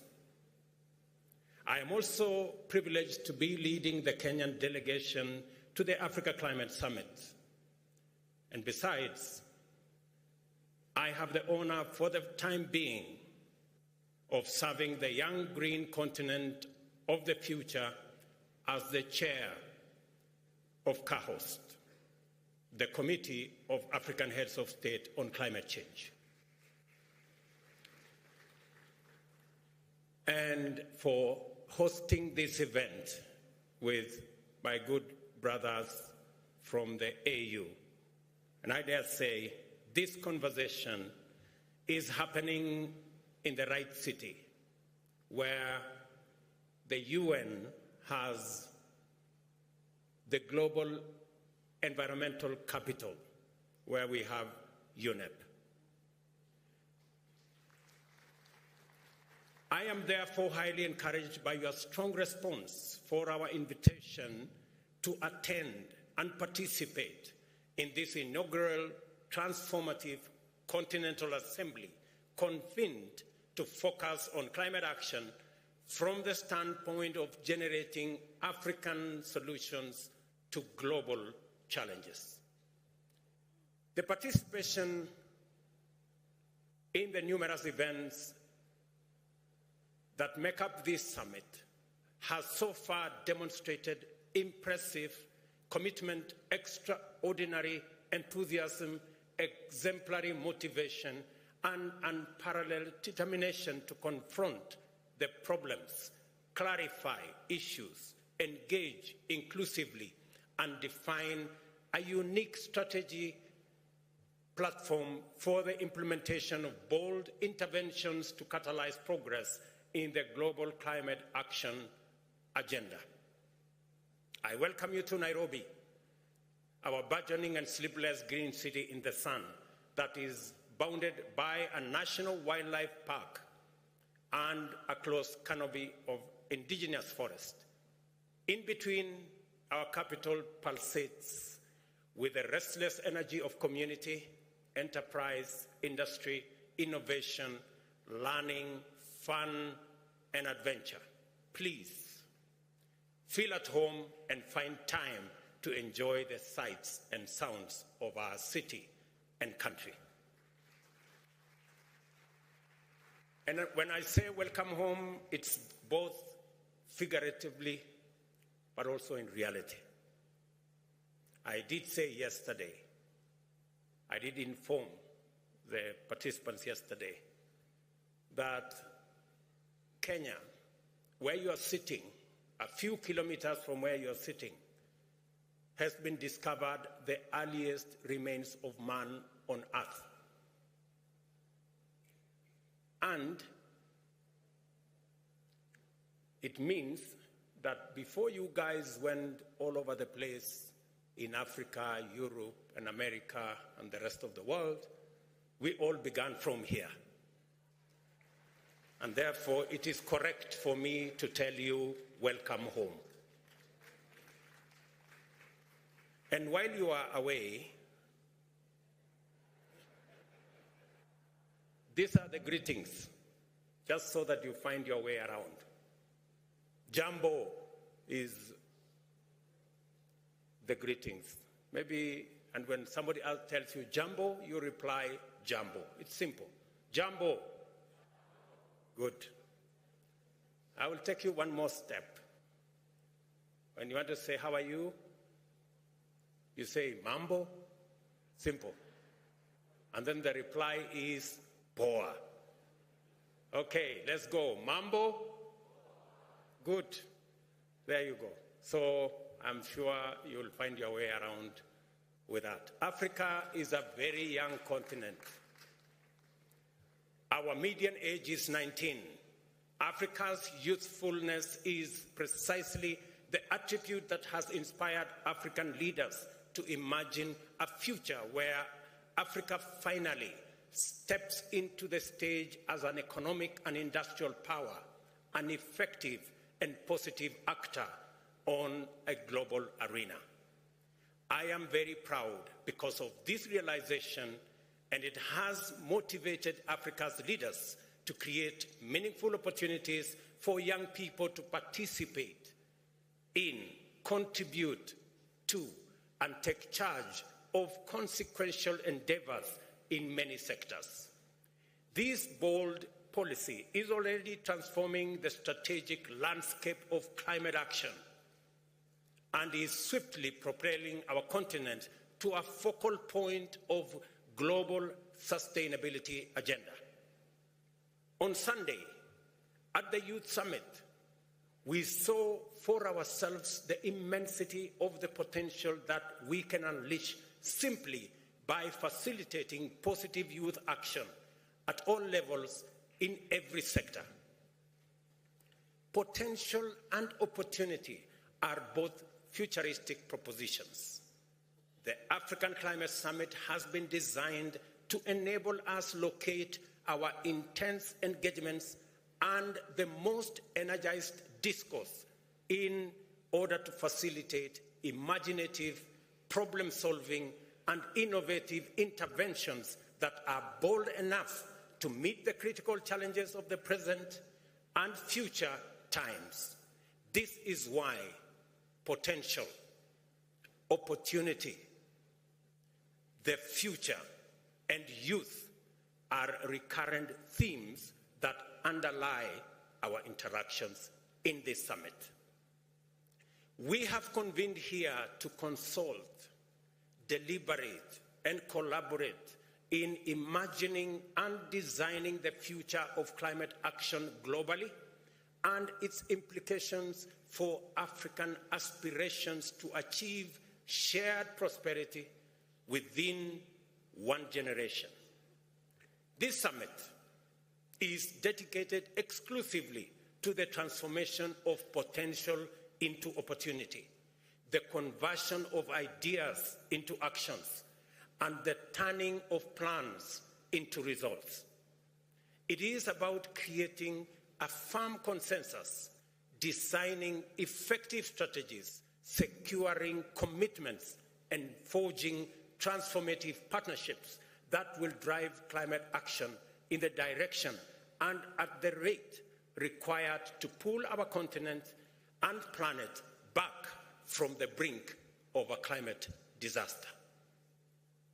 The urgency of this moment is informed by the knowledge that climate change is the greatest challenge, not only to the well-being of humanity, but to every existence of life on Earth, and that only urgent and coordinated action on a global scale can stop the impending catastrophe by lowering greenhouse gas emissions and reducing their concentration in the atmosphere.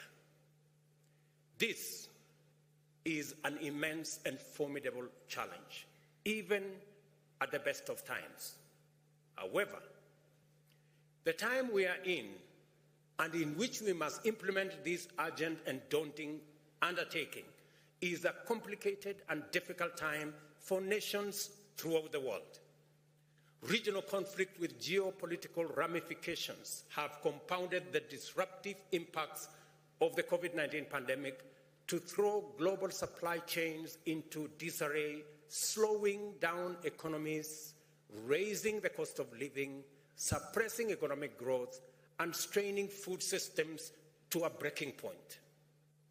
The complex interplay of these circumstances also combine with other localized vulnerabilities to drive adversity in many communities, placing intense pressure on governments to reconfigure resources, allocation, and other strategic interventions. In short, it would be understandable if African leaders prioritized other commitments and relegated climate action to an afterthought. This is why I proudly celebrate the courage and imagination with which the people of Africa and their leaders have converged with extraordinary focus and commitment on the climate agenda, not as an additional or peripheral concern for public policy, but as the foremost priority and the defining intervention in our collective journey to shared prosperity. As a result, patient consultation, thorough debate, determined collaboration, and bold confrontation of facts in issue, it has become clear to us at the Africa Union, under the aegis of the Committee of African Heads of State on Climate Change, that tackling climate change also produces the solutions for the complex interconnected crisis that we face today. This is what this summit is designed to underscore.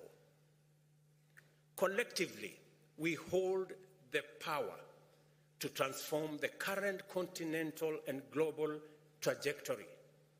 More critically, we all have an urgent responsibility to do so with a sense of collective purpose that matches the sense of urgency demonstrated by Africa's young people at the Youth Summit earlier this week.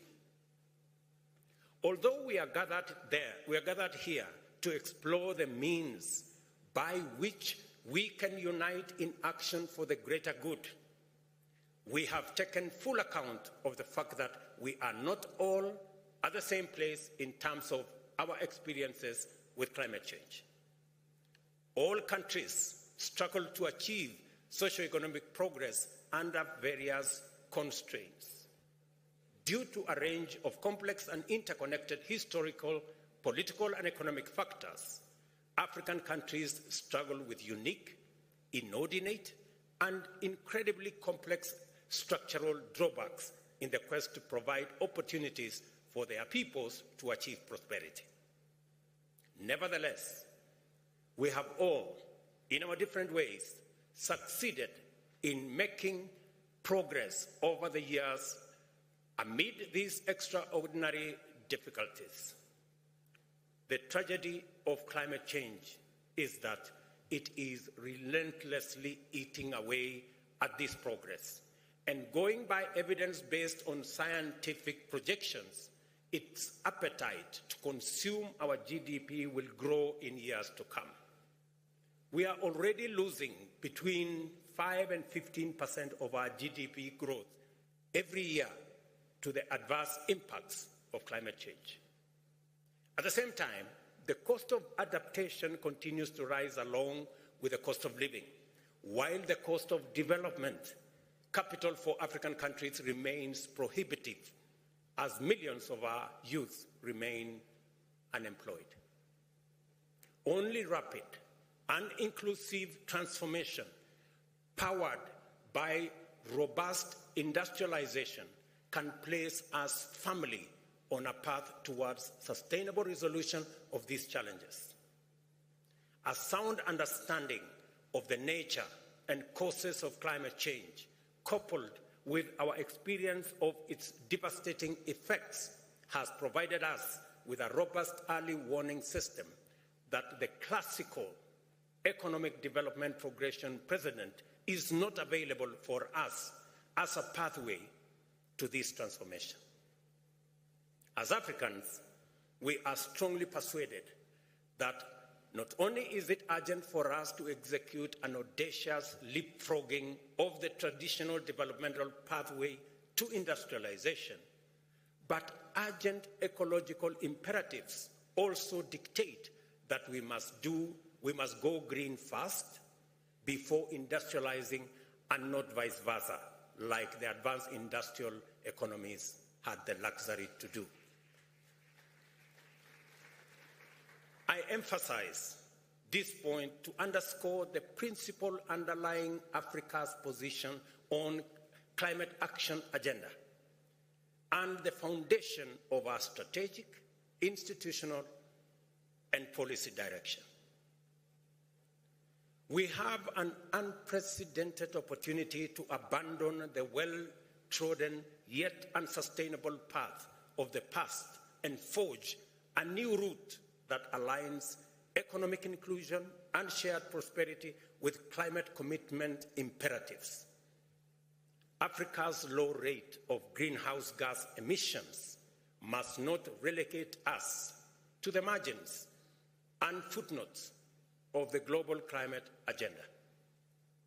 Africa must step forward as the cornerstone around which effective climate solutions are built.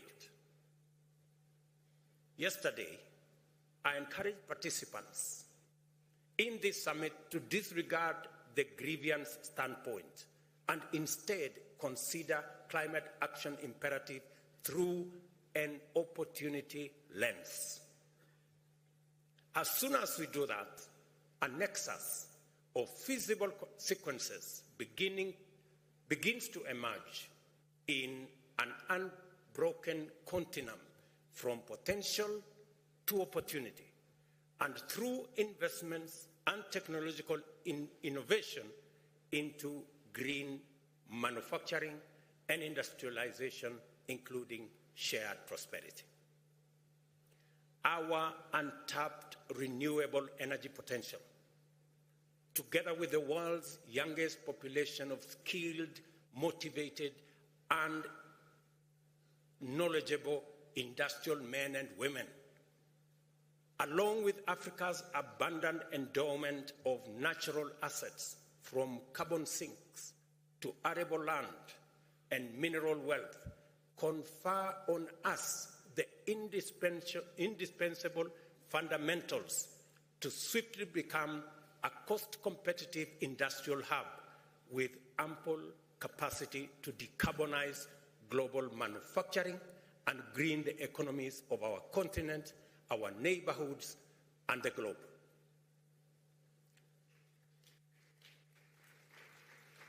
It is good for us to be open about the need to confront a couple of basic truths.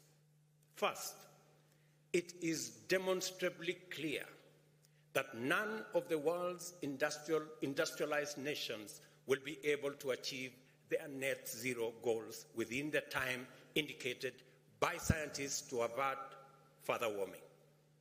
Secondly, unlocking Africa's potential to undertake economic transformation along a green trajectory is the most feasible, just, and efficient way to attain a net zero world by 2050. With those two combined, Africa's capacity to limit its own emissions is the clearest pathway to enable the world to achieve its climate action targets.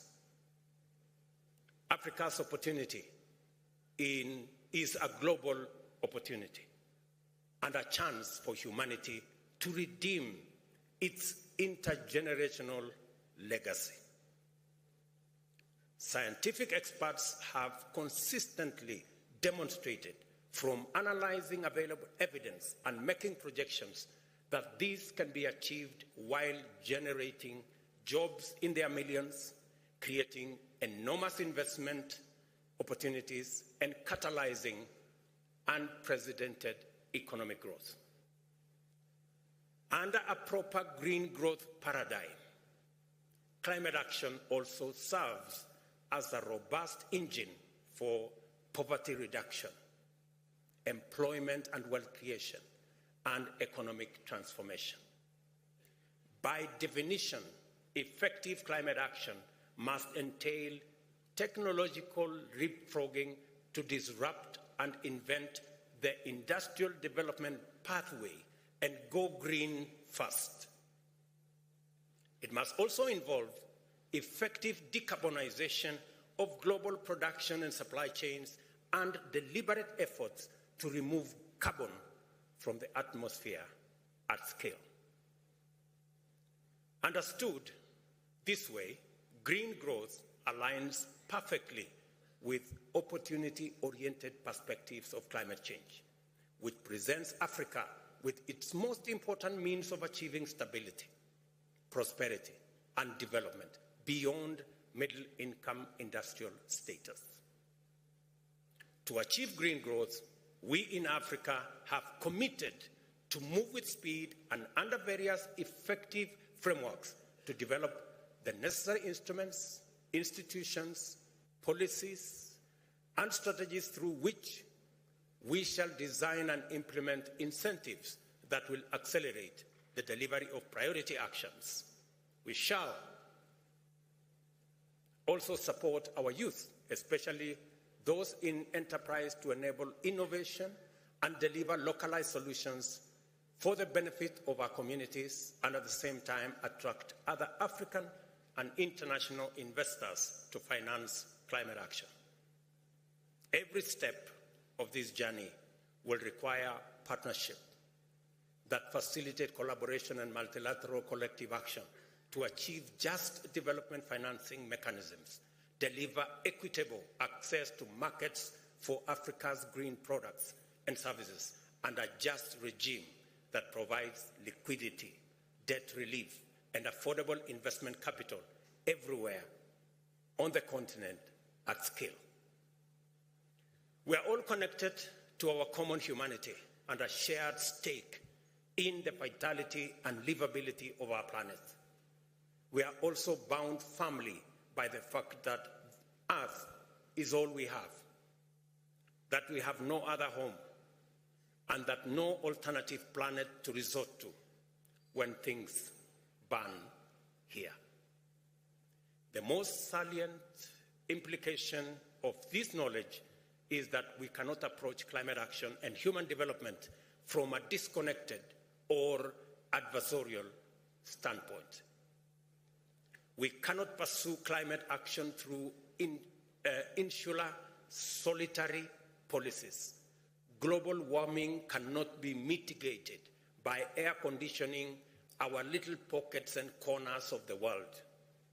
Prosperity cannot and must not be pursued in a zero-sum, exclusive fashion because the resulting injustice and inequality are the drivers of inequity, poverty, conflict, and activities that threaten biodiversity and encourage pollution. We are all interconnected. That is a statement of fact.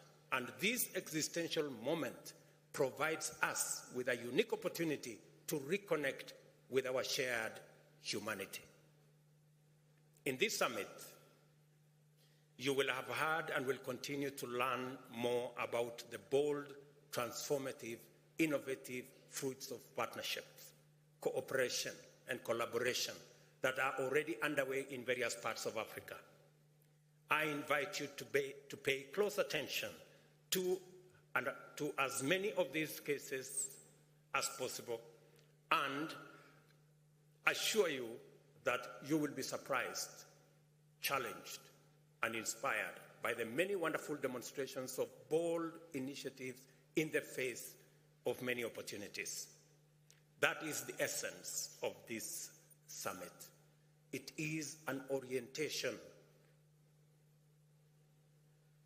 and in fact, an orientation run designed to familiarize us with our journey into the future, driven by African solutions, powered by African resources, and anchored on African opportunities. The collaboration I have in mind must be bold in ambition, broad in scope for their vision, deep in terms of diversity of their stakeholders, and long in terms of their geographical reach. An impressive example that I have had opportunity to interact with is the Global Center for Adaptation, an organization based in Rotterdam in the Netherlands, whose constitution is an appealing emblem of our aspiration from the aspirational design of its global headquarters and futuristic regional headquarters in Nairobi, comprising green walls and roofs as well as rain gardens, to the collaborative culture of its staff. Unsurprisingly, the center is intended to inspire the world to thrive with nature instead of pursuing the dangerous course of seeking to thrive at the expense of nature. The center spearheads the Africa Adaptation Acceleration Program, a focal point collaboration with the University of Nairobi, Africa Development Bank, and the Africa Union Commission as part of the continent's response to the climate crisis. I am delighted to announce that as an outcome of this summit today, Kenya will host the GCA Africa headquarters here in Nairobi. Ladies and gentlemen, it has taken tremendous courage, effort, and determination to leave behind us the old continent that was historically profiled with intense negativity. The Africa whose people neither are there to be seen or heard has summoned the confidence and readiness to confront hard facts, engage truthfully, and forge a common position on critical issues that project a new, bold, radically transformative voice into the global discourse. And let me say here that we have discussed potential. And it is true, we need to have a conversation about Africa's potential. Why? Because we have been profiled negatively. The continent of disease, war, poverty. But we are stepping forward to say, look here, Africa is the continent with 60% of the world's renewable energy assets.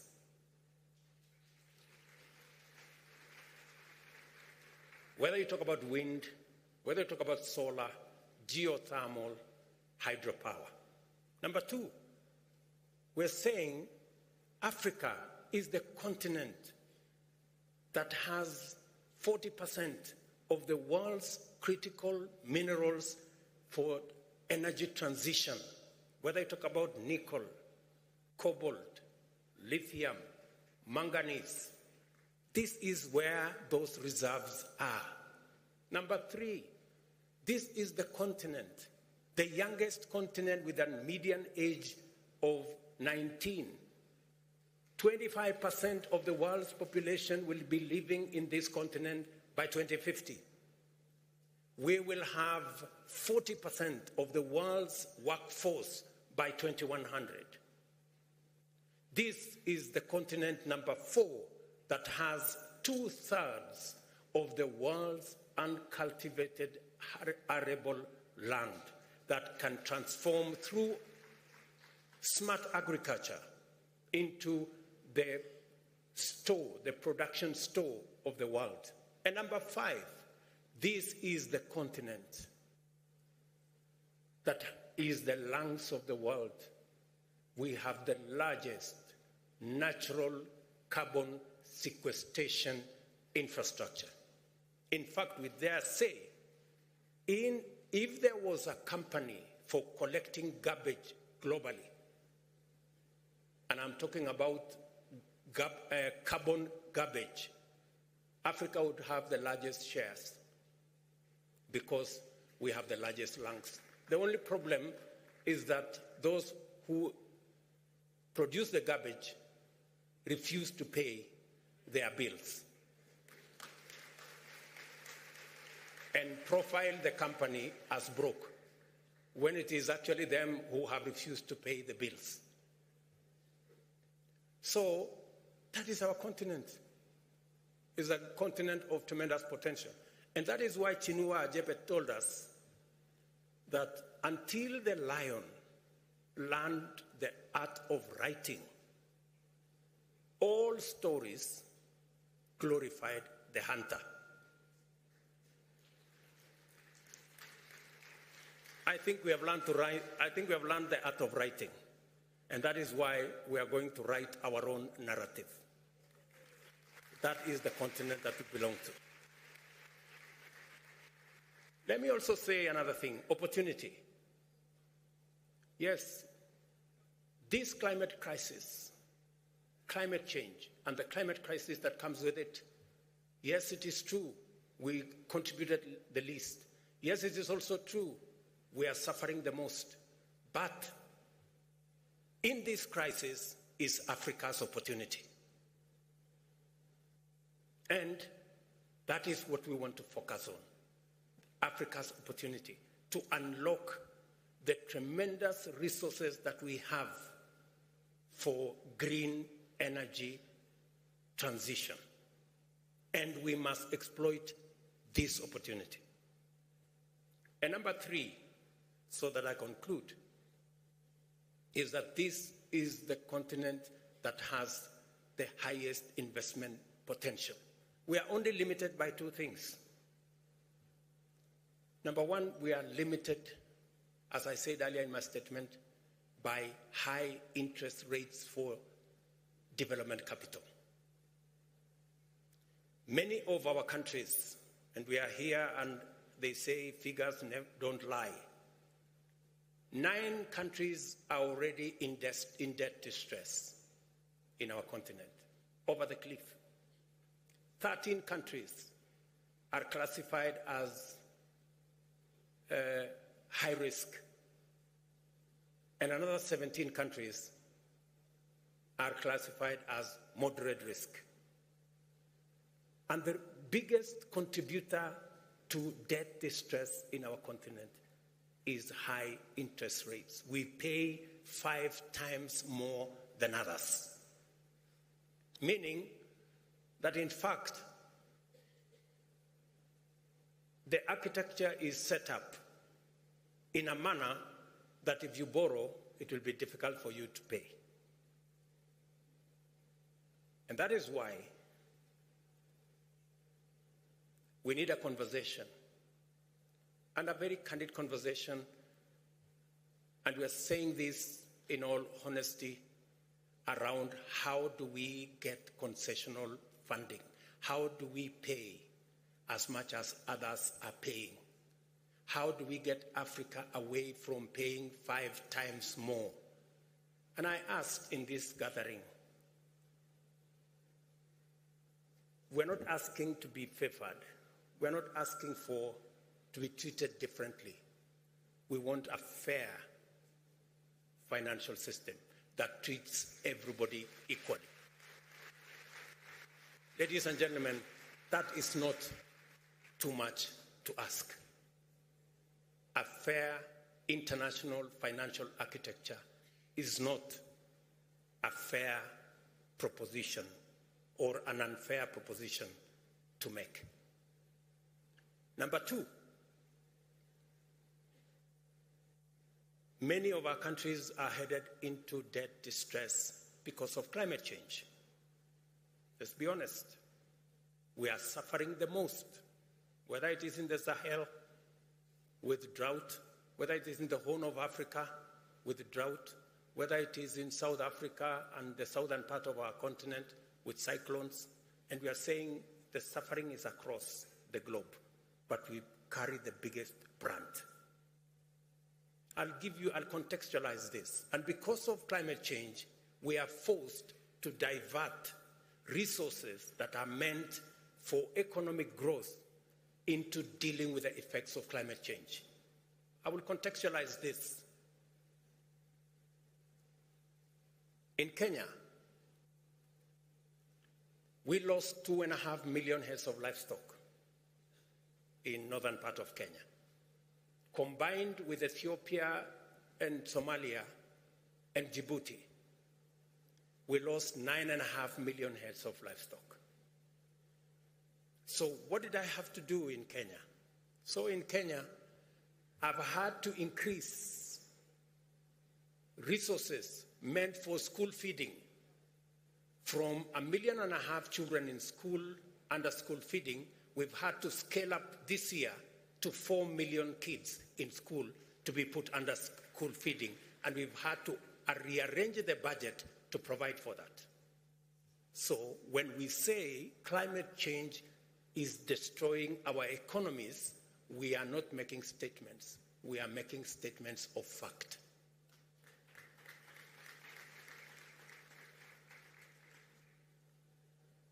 And that is what is driving many of our economies in that direction.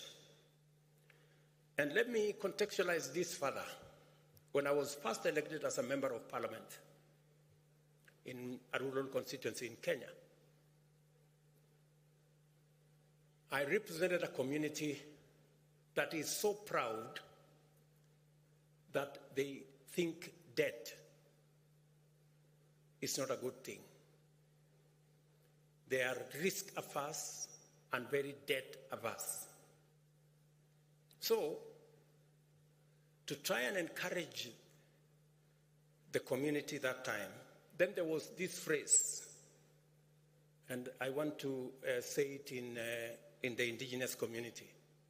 There was a phrase that Kaigai Kobarin Pesen Kosir Kobarin Panan. I will explain to you what that means. There is Pesen and there is Panan. Pesen is debt. Panan is poverty. So it is said in this community, if you must die, it is better to die of debt than to die of poverty. Because you are dying anyway. So it's... And so, to contextualize that into this debate, we don't want to die in this continent, we don't want to die of debt, but we also don't want to die of poverty.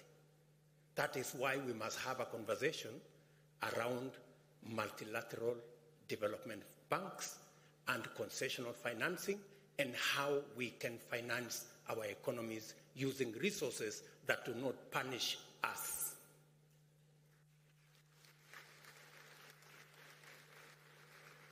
And when we make this proposition, we have tremendous respect for our multilateral development banks. They are doing their best. We have the best of respect for them.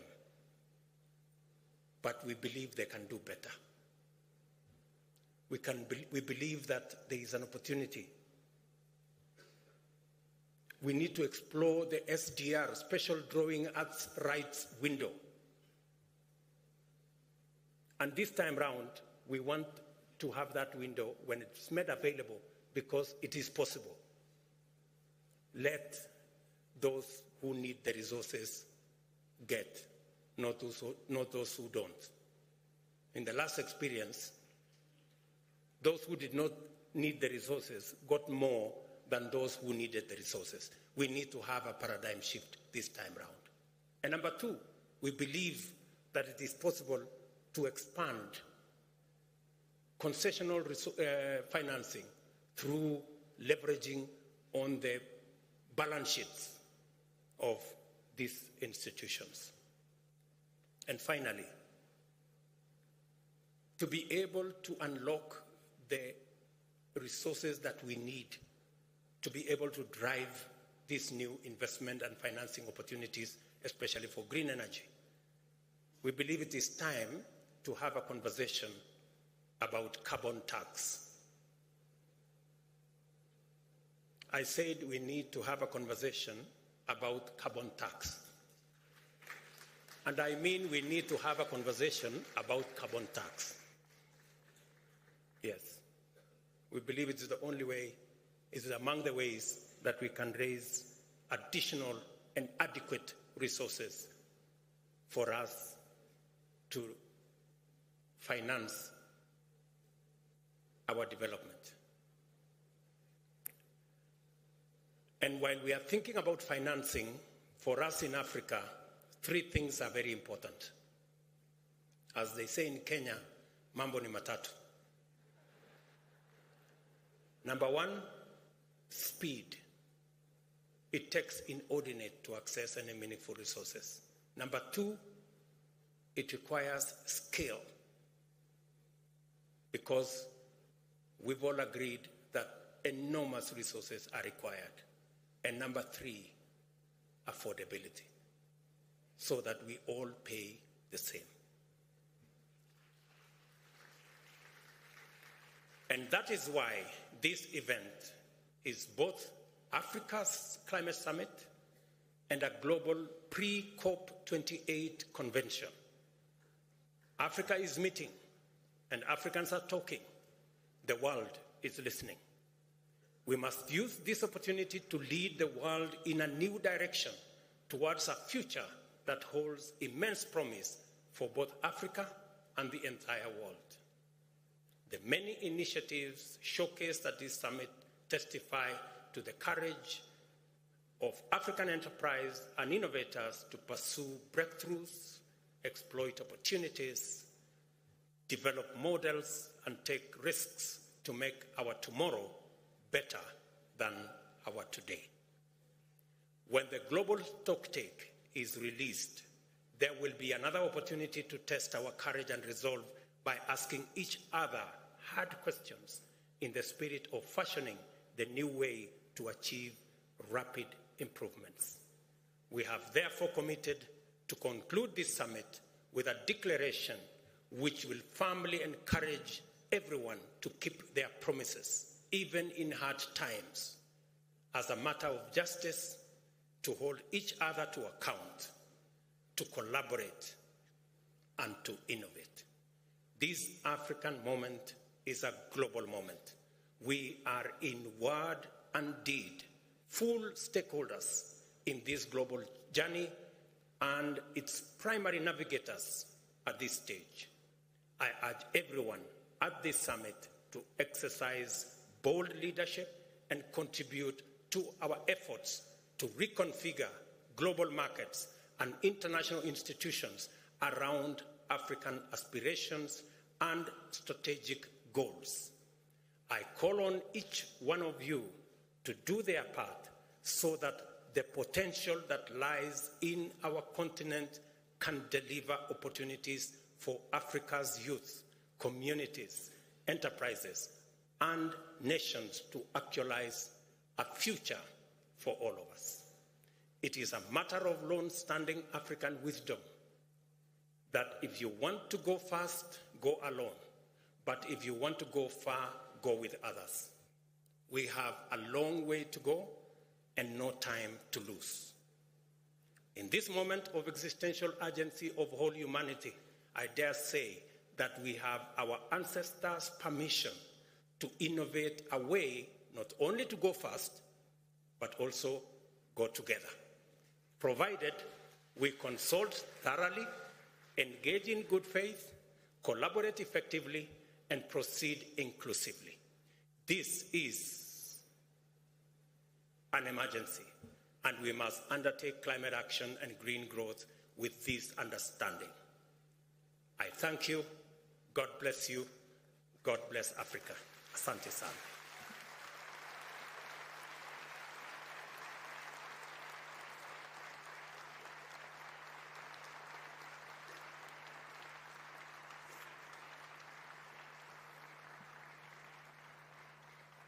Your Excellency, you have some tasks to perform, so please come back to the stage. I have been requested to ask the climate envoy from America, who is scheduled to take a flight, to take a few moments and come and speak to us. My good brother John Kerry is somewhere in this audience. Welcome, because he also has a declaration to make and an announcement to make. Welcome, John.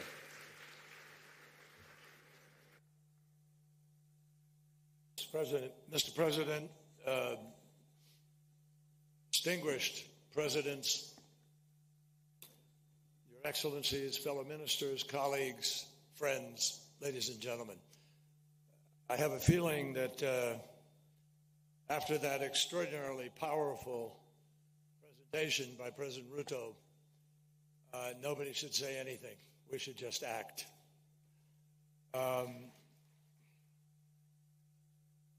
Maybe I should start by just saying Jumbo. It works. Mr. President, thank you for convening everybody here. Over the years, I've been privileged, Mr. Secretary General, like you. We've been at many of these conferences, and the words come easily. The actions seem to have been more difficult over time.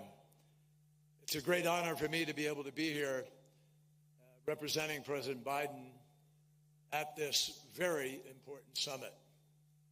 And I want you to know, as I listened, and as you listened, I could feel this room, something is happening. This is different. I feel that. This is different. I think, Mr. President, I would just say to you, your leadership is palpable. We feel it. And in what you have said today, there is such a clear path ahead for all of us. Africa is meeting. Africa is speaking. Africa is deciding. And nothing could make a greater difference, I think, on a global basis, given what you just heard from the President about the remarkable resources that are here in Africa, about the young people who are thirsty, hungry for a future. And so Africa and this moment offer an enormous opportunity. This problem that we are facing is human-made. It's about pollution. It's not very complicated. It doesn't take a rocket scientist or a mathematician or equation work to its end in order to understand what's happening. Humanity is threatened by humanity, by the decisions that we are unwilling, it seems, to make. So, at this moment, I believe it is clear that Africa presents some of the greatest opportunity in the world. To do what? To win this battle about how we heat our homes, drive our vehicles, light our factories and our homes. This is about fundamental production of energy. And if we will make the right choices about that, the future is different for everybody. That's what's so attractive and important about what President Ruto was saying. You want to have a cleaner life? You want to have a healthier life? Less cancer? Eliminate 8 million people dying every single year because of the lack of quality air that we breathe? All of that comes from the unabated burning of fossil fuel. And it is challenging, if not threatening, our very planet that we all live on. So, 20 countries produce 80% of all the emissions. Mine is one of them. 20 countries. And it is critical for all of those 20 countries to immediately take steps to get on the path to the Paris Agreement, to align, to have the ability to keep 1.5 degrees alive. That will only happen if those 20 countries take the lead and make it happen. The crisis now is also, if justice is to mean anything, it certainly has to mean that if there's going to be a transition,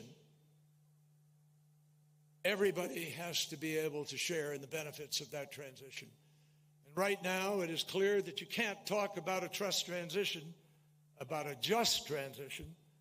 when some people, there's no transition at all. Or when some people, there is acute, unfair debt that swallows and drowns the choices that those countries have to make. My friends, adaptation, which wasn't on the front burner in the early years that we've been working at this, but it is now, and it should be, for the simple reason that without adequate adaptation, we don't make it. That's the predicament that we've created for ourselves for where we are now. So adaptation is critical, and the damage, Mother Nature is telling us on a weekly, daily basis. Every 18 days, we have a $1 billion climate event somewhere on this planet. So adaptation is critical. President Biden has now launched a program called Prepare, the President's Emergency Program for Adaptation. And he has committed that we are going to help at least 500 million people in developing countries, especially in Africa, to be able to adapt to the worst impacts of this crisis.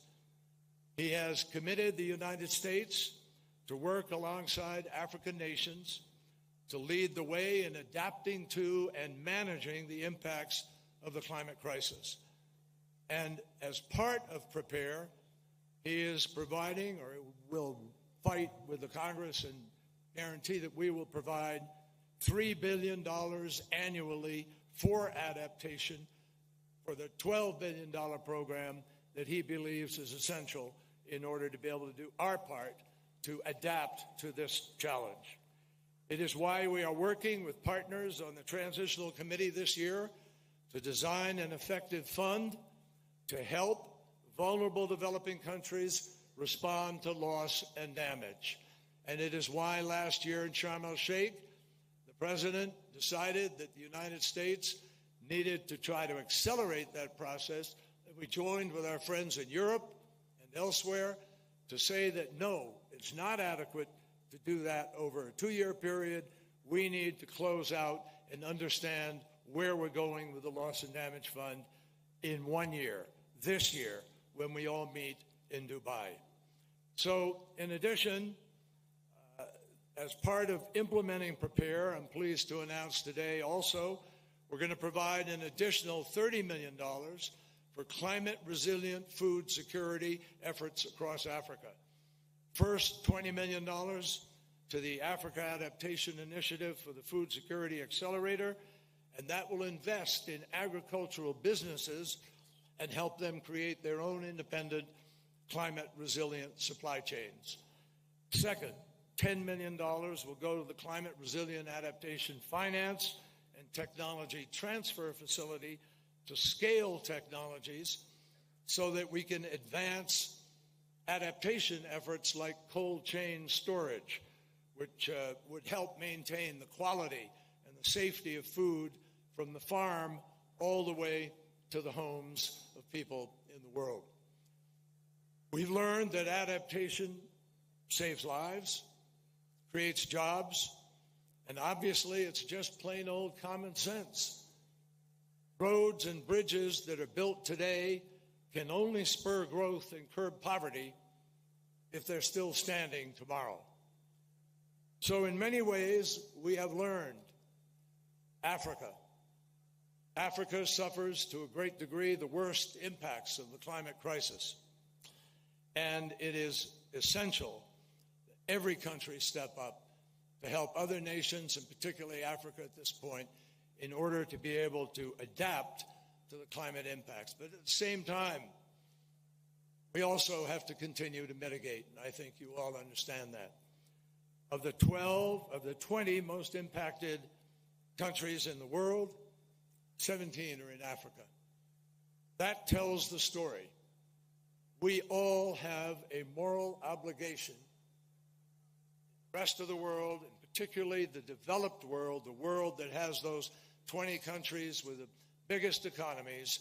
We have a fundamental imperative for all of us to get this job done. Ladies and gentlemen, I am personally convinced we are going to get to a low-carbon, no-carbon economy. I see incredible things happening around the world. With the IRA in the U.S., we are breaking new ground on battery storage, on new technologies for wind turbines that will get 30, 40 megawatts of power from one turbine, new technologies for accelerating the transition with hydrogen and so forth, all of the things that President Ruto talked about. The vision that your president has put forward today is not just a vision for Africa, it's a vision for the world.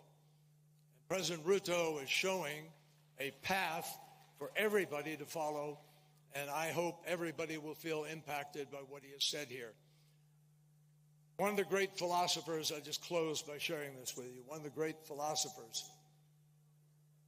of the Enlightenment, when people decided that they would listen to science and not be browbeaten into somehow believing that everything was the sort of result of a vengeful God punishing people for their sins. But people decided and understood certain scientific facts make a difference. And they're real. And that has guided us for the centuries since then. Those pathfinders helped us to understand how to break ground and build a world in which we can have vaccines and deal with new technologies and go to the moon and so forth. We can win this battle, but we only win it if we make some fundamental decisions. Immanuel Kant, one of the great philosophers of that time, wrote, "Science is organized knowledge. Wisdom is organized life." Well, right now, if you look around you at the life we all lead all around this planet, science and the knowledge are unequivocal. All that is left for us is to summon the wisdom to organize the world to do what we know we have to do. That's the vision that I heard from President Ruto, and that is the vision that I'm convinced will come out of this week of great effort at this summit, which can help to prepare for a groundbreaking COP at which we do the job people are asking us to do. Thank you very much.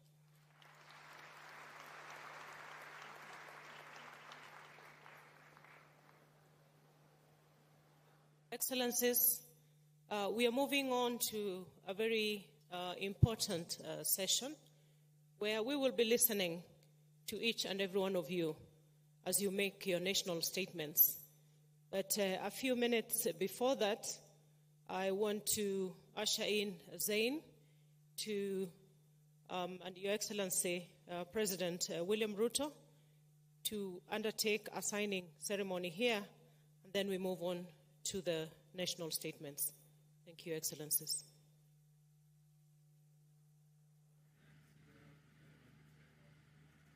Thank you very much, Excellencies, distinguished guests, ladies and gentlemen. This is a very significant moment in the Africa Climate Summit.